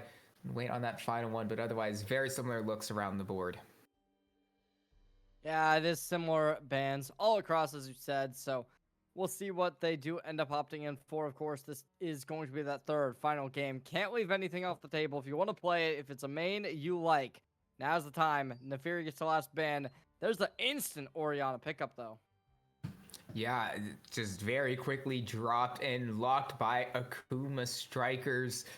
Bit of an interesting one, especially with the likes of Jarvan still available. There are plenty of options for Akuma Strikers to potentially help out with that ball delivery system coming through. So what the response is, you'd imagine that they will look to lock in an AD mid laner to try and get close and personal. However, they're going to go for that control mage with the Victor lock-in, as well as a Jarvan 4 to get picked up. So this, as well as the Jin Zhao, two of the most popular junglers within the most recent international, and it's certainly showing here as they both get picked up. And on the opposite side, right, we've been seeing consistent changing junglers where it's been really off the board, or off the ball with how they've been going. First, we saw the Mbessa, then we saw the Malphite. Now they go for a little bit more of a traditional pickup with the Graves getting locked in, but we'll see whether or not that's actually going to be locked or whether or not that's just a fake out for us. Okay. Oh. All right. Cherry, once again, it is a more traditional jungler for sure, but it is not exactly the most popular jungle pick, at least in the last few seasons. It's been a while since we've been able to see some Graves come out in the jungle.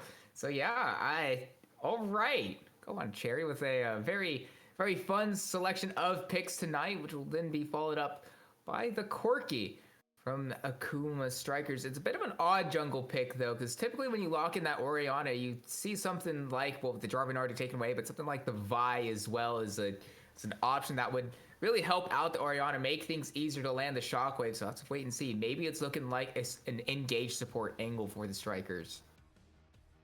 Yeah, I like the Corki pickup. It's certainly a nice one, as it is going to be able to put a little bit of detriment towards the bot lane. You got a lot of survivability within your Valkyrie, and some other parts of the kit definitely are nice. Now, what the response is going to be, it will be the Misfortune. So a strong bot laner that has a lot of outplay potential.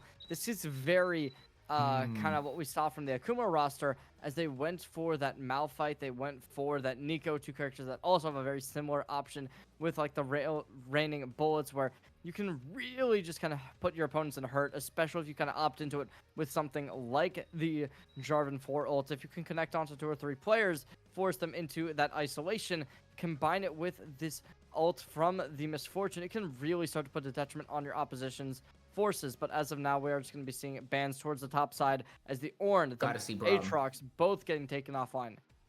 Braum has to be taken away, surely, right? Because it's the go-to pick into the Misfortune with the bullet time, and that basically negates what this Jarvan combination is going to do. And there it is, taken away, right, on command. And that is an absolutely key takeaway from Dorado Gaming Delta, doing their homework, making sure that Akuma Strikers can't so easily just say nah to the bullet time Cataclysm layering. Some great stuff coming out, as we are going to be seeing the ban coming out, which really does go well with this Misfortune.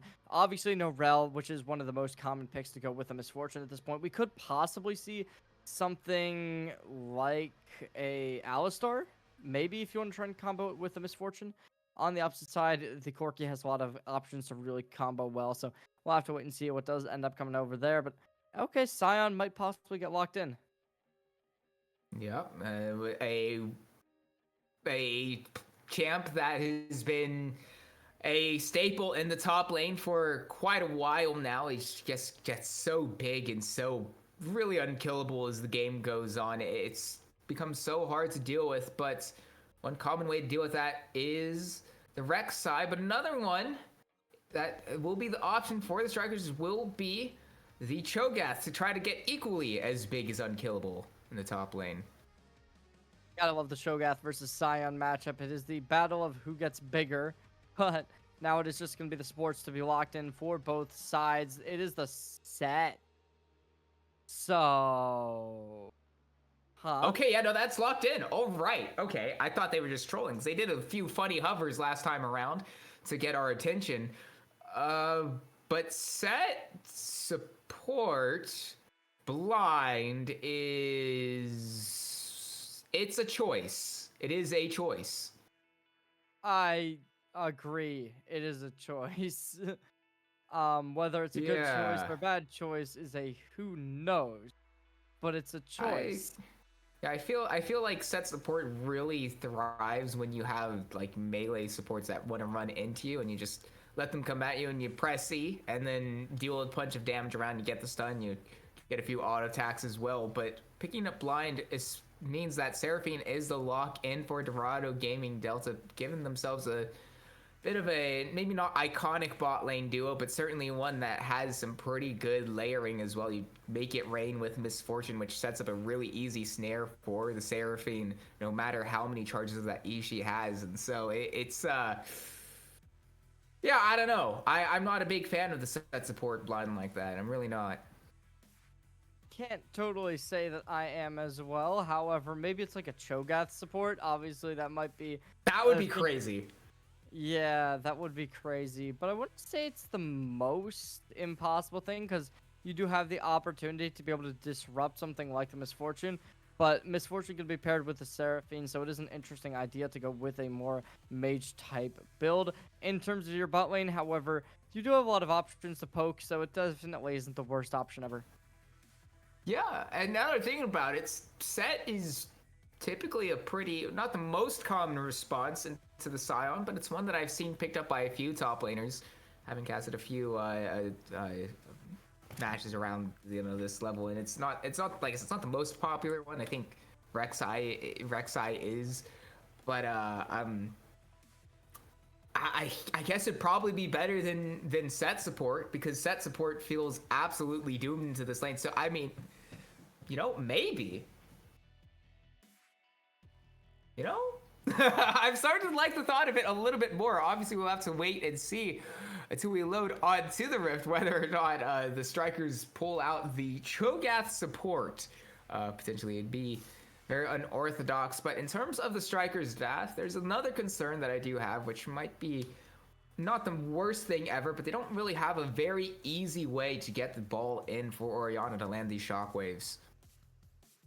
Yeah, it can be a little bit rough, I'd imagine. Being able to kind of initiate fights in general will be something they'll have to figure out, and that's kind of going to require a little bit of trial and error, you'd imagine, as being able to kind of make this work on the first try, definitely going to be hard. But whether or not Akuma will be able to succeed in the end, that's to be decided, as they did find Game 1 after a nasty team fight. However, in Game 2, it went a completely different way. This is Game 3, however. This is their final chance. Both teams, backs against the wall. Who will take it? We'll have to wait and see. But as we go to a quick little break, we'll be back with game number 3 of our best of 3 right after this.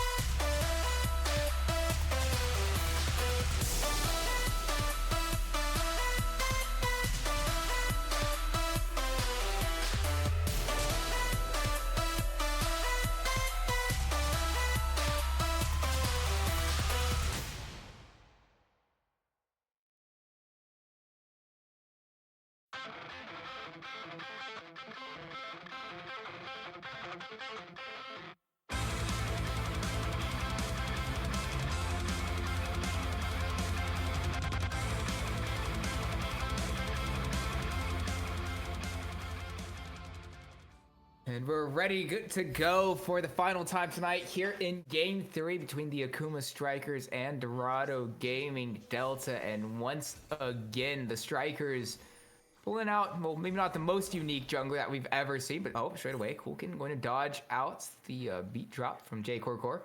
But yeah, the Strikers picking up with the Graves jungle is one that's it's a bit older, but you know, we'll see how this works out. I haven't seen Graves played in quite a while, Cherry. Graves definitely one of those champions. A lot of utility to be able to make something happen. Not the worst jungler in general. However, not something that does get that prevalence as some of the other ones. But when we are in a Game 3 Fearless Draft, we do start to see a little bit of some quirky pickups. Of course, the Graves being one of them. You know, there's obviously the more kind of traditional options that you could have leaned into, such as the Vi, that may perhaps have been considered a more, you know, prevalent pick within the current meta and maybe find a little bit more value. But half the game of League of Legends is to be able to play to your opponent's discomfort, and you're certainly going to be able to do that by picking up the Graves, a character a lot of individuals are going to have a little bit of a rougher time playing into rather than the traditional junglers. Yeah, and you know, Graves can certainly do a decent amount of damage if he's allowed to auto attack from within close range. But Rathu going to be taking a really big chunk of damage. Speaking of, not going to lose out on that trade is the bot lane of Akuma Strikers. This was definitely one of the concerns that we had for this draft of the Strikers, and straight away early on, they're not really doing so well down there. Look at the damage already up towards the top side as well. Both players getting really down, but honestly, that's going to only favor the Scion in that matchup because once they die, they're going to be very much enabled to be able to find the kill rather than their opponent who, when they die, they just go 6 feet under. Fireflan's getting pushed off the way by Z333. So early signs are positive for the Dorado Gaming Delta team. French Zinni, and again, this is the concern I had with the sets. Walksward does his best to pull back Che, but just out of range, and will take a ton of damage to the face as a result.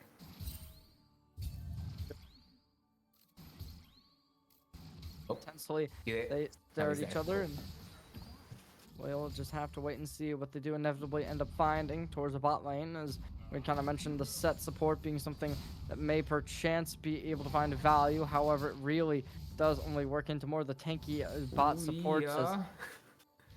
Fireflies and Z333 getting playing at the limits with their health bar, but all while that was going down, junglers started same side of the map, heading from top to bot. They'll eventually run into each other, but the little extra movement advantage from Nezumi to move down first means that this first Scuttle Crab goes the way of Dorado Gaming Delta, but Jay on the wrong side of this fight could be in trouble. Has to walk all the way around and takes a ton of damage in return. So despite how things went early on, it's a good response from the bot lane of Akuma Strikers. So we might have a little bit of a kerfuffle over the Scuttle Crab. On top HP now, the smite away goes the way of Cherry. So Strikers also not getting double crabbed. And they are going to be going for blow. It is going to give both teams that opportunity to be able to make something happen in their regard. However, with your misfortune coming back to lane, J Core is stuck between a rock and a hard place, with the lane being a little bit of a misfortune. And yes, pun intended, is their misfortune needing to come back. And yeah, now they are both here. They are both going to look for it. We do see the coal available. Rathu could be in trouble. Going to be snared, going to be slowed, but it's a really good pull from French Zinni to stun up to it. Saves Rathu. Now turn around, French Zinni going to do the best he can, but no more Haymaker will be able to come through. It was just used. So these two health bars of the bot lane of the Akuma Strikers are very dangerously low. They're going to back away and look to recall. Drake is going to be up, so both bots might be avoiding that as of now. Whether or not the junglers are going to pass over there, it is going to be around equilibrium between what time both would get to that if they both headed out now. It does seem as if this jungler over on the Dorado gaming roster may perchance be already opting in for it, as we do see them pathing downwards, as well as their opposition over towards the Akuma, who is going to try and make a bit of contention as well. We see a lot of players opting in for it, a couple backs coming through, as we do see Che already back in spawn, as well as J-Core, who's in coming down towards bot as well. So definitely seeming as if the Drake is going to be opted into. Obviously, last game, it was the Dorado gaming roster completely overtaking their opposition in terms of objectives, having the first 5 in a row, giving off a massive just kind of advantage in that regard. And the gold lead as well was going with it. This time it does seem to be a little bit different. Gold stays equal throughout this entire game so far. We are only 6 minutes in, of course, but it does definitely stay a little bit. Yeah, Cherry going to have to use the smoke screen very early, though, to get himself out of the situation he found himself with Jay and J-Core. He's not going to have access to that a little longer. It's like pretty much the only option that this Graves does have. Whoa, wait, hold up. Chomp down from Firelance. That was enough to secure the kill? All right. I was not expecting it. Clearly, neither was Z333. Before we get into any response, Phoenix Flare is ganking in the bot lane. Does have a lot easier time getting Rathu going to Valkyrie away. Flag and Drag going to miss, but the flash away from Rathu comes through anyway. Yeah, not going to try and risk it. They know that there's a bit of CC coming in from the Seraphine if possible, and as well as that they're definitely aware of the fact that this could down be onto Nizumi. Going to be a little bit of poke arriving for Cherry. Going to drop the smoke screen there. Gets the dark seal proc off. Not going to use the collateral damage. Going to save that for a little bit. Not thinking they have the ability to get the kill now. That means the first Drake goes the way of Dorado Gaming Delta. Dorado having a bit of an advantage in terms of Drake, but there is still going to be a bit of a gold lead over on the opposite side, 600 in fact. Definitely not a lightweight, especially towards the top lane, as 2 giant belts are already built up, making it seem as if the Sign will never be able to find a solo kill within lane. Oh, a stun finds way onto J-Core, takes him down to half HP, but as soon as those abilities are gone from French Zinni, there's nothing left this set can do. Rathu doing his best to escape, but he had no flash from earlier. Barrier going to be put up to keep him alive a little bit longer, dissuade the further follow-up from Che. So he's all right for now, but no summoner spells in the bot lane for Akuma Strikers. That would move up to the top lane. Unstoppable Onslaught going to find its way down to Fireflames. He flashes away, but that opens up the Cataclysm to ensure that he's locked out, in trouble, nowhere to go for this Cho'Gath, as Phoenix player picks up the kill with an auto attack, but the show will be stopped. Che not going to go under tower. They're going to pop the barrier to make sure he takes no damage from the big haymaker of French Zinni.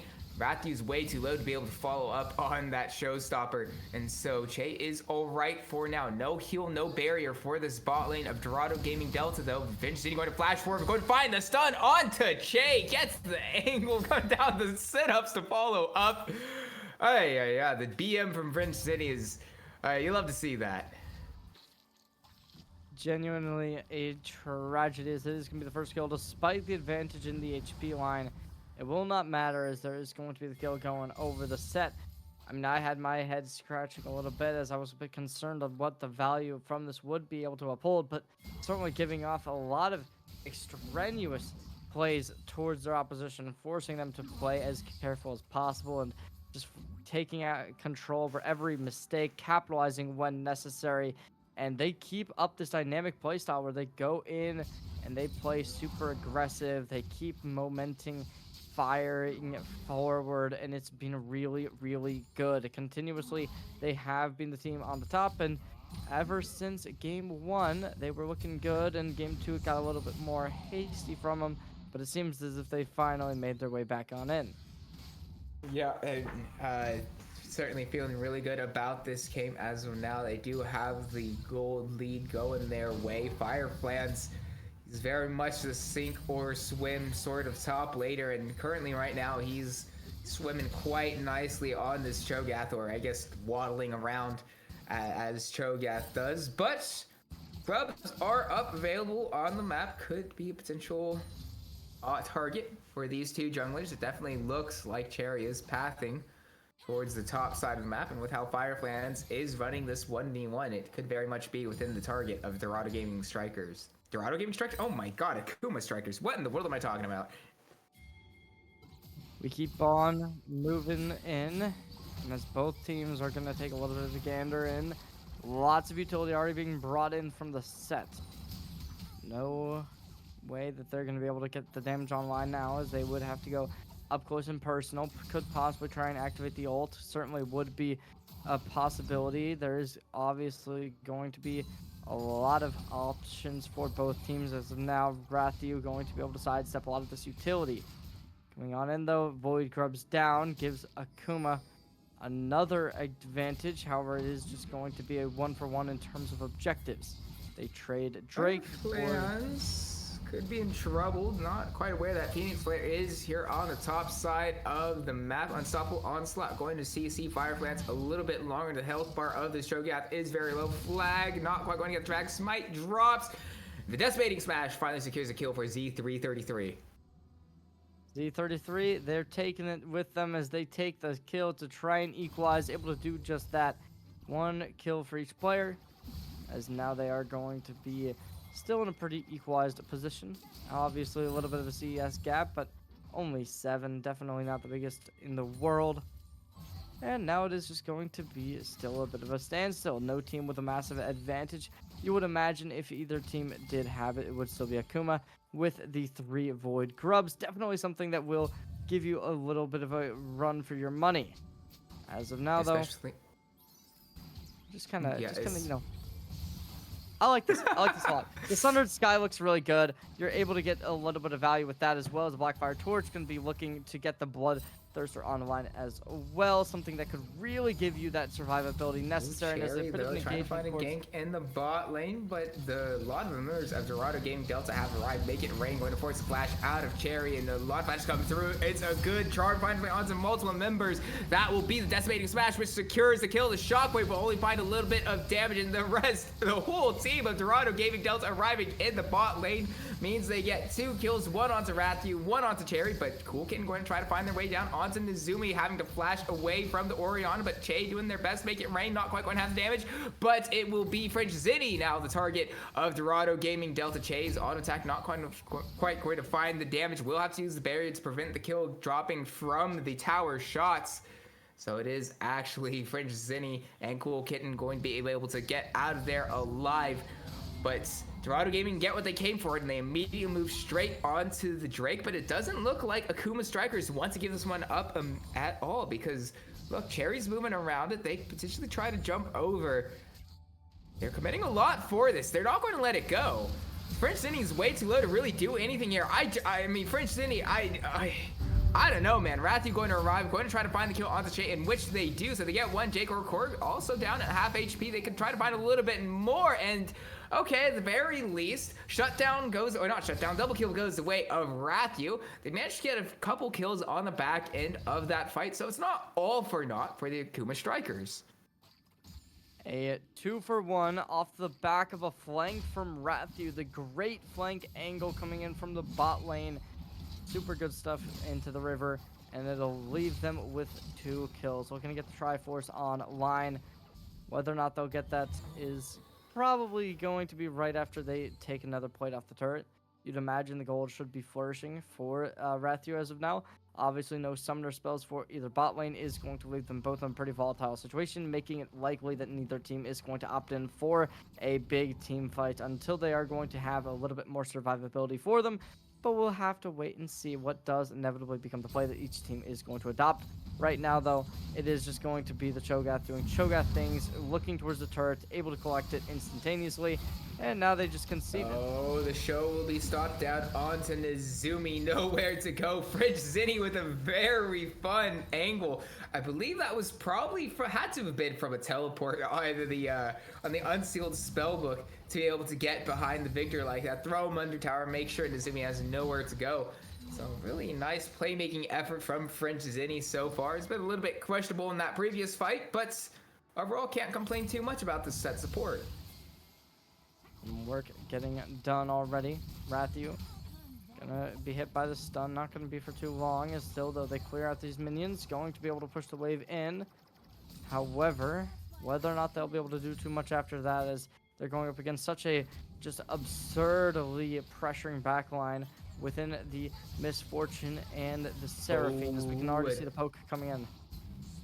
Double E finds its way down onto the two members in the bot lane, but it's a little bit too far to be able to follow up from Phoenix Flare. So they're all right in the end. But all the while that was happening, Cherry did pick up the Rift Herald, and Cherry is arriving in this bottom lane. With how low that bot lane tier 1 tower is, you gotta feel that it's going to be pretty soon in which Cherry drops down the Rift Herald to be able to secure that extra gold and the tower. Yeah, definitely seeming as if the Rift Herald could possibly be the factor that could maybe even turn this game for a team to be able to get it. And by team, Akuma would be the team I'm referring to. As with that in hand, it certainly will be looking towards being one of the big factors that could cause a lot for them. But as of now, they are just going to hold on to it. Nothing crazy. I mean, personally, I'm not a fan of holding. I think when you hold it for too long, and then if you get into a fight with the opposition... Phoenix Flare is here in the bot lane, going to get the slows on the auto attacks from the red buff down onto Rathu. Just holding on to the Cataclysm for as long as possible, knowing that Rathu did have the Valkyrie to get away, in which he opted to use a bit late on. So this Corki's very low, but now Onslaught going to be coming down onto Fireflans, who immediately flashes away. Che, the target of Fringe Zinni, running forward, but Rathu down to half HP, can't really follow up on this. The Encore drops, gets this charm down onto the set, who stays alive for a little bit longer, but the response in the bot lane from the strikers from 1C3 Cool Kitten will do numbers to be able to secure the kills for Akuma strikers. Double kill getting picked up by Cherry. Phenomenal work as we are finding the side of Akuma able to win another team fight, and it will not be just that. They're going to try and relinquish another turret for their opposition as well, instantly going to be breaking it down, as we will be seeing Z333 going in looking to try and just get this bot lane under control. And as they are on Scion, a pick that loves to be able to kind of play into these lane swaps, as they are very difficult to be taken back. We'll see what they can find in this situation. After all that, Akuma's strikers do a really good job to start to look to expand their gold lead, but considering how quickly that tower is going down in the bottom lane, it might quickly be dropped back. But Core pulled back, not quite going to get killed, and the bolt time actually finds a lot of damage down onto Rathu. So pretty good response, all things considered, from Dorado Gaming Delta, only losing the flash of Core. I don't know about you, but I think that as of now, this Misfortune might be one of the main players to look out for, is if they can find these good bolt times. We've already seen it being able to pay out dividends. Obviously no kill converted, but it did give them a little bit of space to play around, a little bit of room to be able to adapt, and we'll see what they can find. Currently they're electing for a bit of a mid push, possibly going to be just waiting, as the Herald is going to be, or not Herald, sorry, the Drake is going to be up. Drag from Phoenix Flare takes him into the middle of Akuma strikers, and now he's going to be slowed on his way out. Will he be able to get away? Collateral damage not quite enough to find the kill for Cherry, but that's basically going to mean no jungler for Dorado Gaming Delta for the foreseeable future. This might be the angle that the strikers look to take to move on to the Drake, but they're a little bit separated themselves. Coolkin in trouble. Gradfield not quite going to find the stun onto the Orianna, but a bit of a confusing moment. All while show will be stopped down onto Che, who's picked out. Bloodthirster won't be able to save you from death, and the strikers look to push forward, take as many kills as they can. Z333 within the targets, within the crosshairs of Akuma strikers, but he's a little bit too tanky. He will be able to get out. Now Nezumi might be on the wrong side of the map. Phoenix Flare going to be able to find a kill down onto Cherry, I believe with the Cataclysm, but now Z33 going to have to flash away. French Zinni in a bit of trouble from Nezumi, who once again is on the wrong side of the map, but does a decent amount of damage if he can find his way onto Rathu. Blast Cone is here, going to do his best, actually going to opt into the, oh no, you gotta take the Blast Cone instead there. It's interrupted out of the Hex Gate, so they can't escape. Little bit of a blunder and won't be able to escape just now, but Fireflans will run into Phoenix Flare, going to take this Jarvan quite low. Flag Drad, Lads knock up Core, and Jay will do the best they can to find the kill, but the stun from Fringe Zinni stops the bullet time from coming over. Phoenix Flare does no damage on his own. Fireflans going to devour the Phoenix Flare on the Jarvan. And so, after a really long exchange of this fight, everyone from Akuma Strikers are back up. Cherry's here once again, and the Drake will finally go the way of the Strikers. Way good work as Akuma gonna be able to go not only for the Drake, but as well as that, they are going to get this Otacon online. You take it pretty fast. Z333 going to do their best to try to steal it away with the decimating splash. Not quite going to find it there. Going to put the unstoppable onslaught to shout cowards and then run away. Session looking to play towards the mid lane. We are going to be seeing this game is so equalized at this point where they did not concede this soul point. Such good behavior from them is that's going to give them the opportunity to be able to stay in this game. Not going to have to flip Baron for a Drake, and that's just something that's really necessary when it comes down to it. And also, it is a really big one to stop the stacking of the Hex Tech Soul. Is one of, if not the most powerful soul in the game. But J-Core caught out by the set support once again. Cherry going to secure that kill. But, I mean, I was doubting this set support option from the Strikers and French Zinni, but it is working out perfectly for them. And, you know, this is, oh, hold on, Phoenix Flare going to flag, drag in, and, what?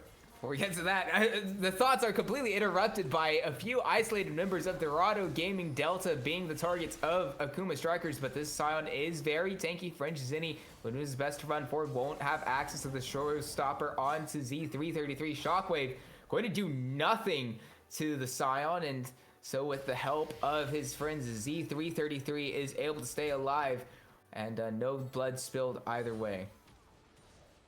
And some great work coming on in, as that's going to give them so much value out of these plays. Oh my man, this is looking so good for them. How much more can they be asking for? We'll have to wait and see. Going to run forward, not quite going to be able to pull Che into his own minions to get the stun. It would have been potentially disastrous for the Misfortune, who, despite having a few good bullet times throughout this game, all things considered, not doing all too well. 1-5-3 there for Che. Overall, this game has been looking like either team is going to be able to find a win, but a little bit of interesting plays will be adopted, as now, interestingly enough, we are going to be seeing this 3-item power spike coming in for the Graves. Something that they have been looking into is they are going to go for the Dominic's Regards as the next item they're likely to be picking up, as they want to try and get a little bit of extra value onto the Scion, being able to ruin the armor penetration that they do currently have to get into, as well as possibly the Jarvan 4, who is going to be buying up, I believe, a couple of items that do give a little bit of that armor. So realistically speaking, some good stuff coming in for the Akuma roster that could possibly be able to put up a damper on their opposition in the coming fights. Now, something that's going to be big is Rathu, who is also close to that 3-item power spike where they do get really, really powerful. We'll see when they are inevitably able to get to that, if they're able to get to that. Obviously, 23 minutes, we haven't really seen either team making too high strides into opposition territory. Che in trouble, taking very low, but the flag drag over the top won't be able to get the bullet time follow-up. The show is over for Che, but it might be the same for Rathu, who doesn't really have anywhere to go.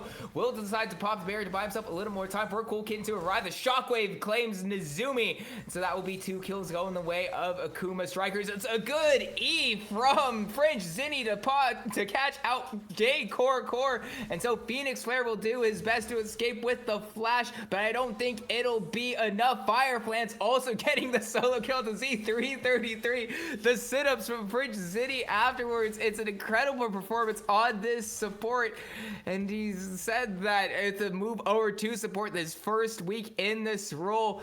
The quote that we brought up was, in fact, the good old Aframu. Support is so easy, bro. And in fact, French Zinni really making it look that way. It definitely seems as if this is going to be a player who really we're going to have to watch out for future weeks, for future seasons. Obviously, they are one of, if not the main players, who has been able to show off consistently on this team, and whether or not they're going to be able to continue to do that in game number 3. We're already seeing the Baron up and at him. Uh-oh, Che. Okay, they're going to make it rain, but flash over. French Zinni going to get a few slows with the auto attacks empowered by the little Q there, but Jay is all right for now. Yeah, not going to try and push too heavily inside of the turret. Wouldn't be too fruitful, you'd imagine. Instead, they are just going to be able to play from this angle. But French Zinni once again finds his way onto Che. The show is over once more for Che. 1-7-4. Basically entirely off of these really great angles. These flanks that French Zinni has found have all been incredible, but Wrath, you may have pushed his luck a little bit too far, slowed up, and is out of there. Witnessing greatness as it is going to be 20 kills found, 5k gold deficit. Trying to get the Drake online to be able to equalize it 2-2. And as this Hextech Drake is going to be instantly mounted down, they might just turn for the Baron next. Might look for a little bit more, but actually it looks like French Zinni trying to find a few more fun angles on this set. Doesn't quite have access to the showstopper just yet.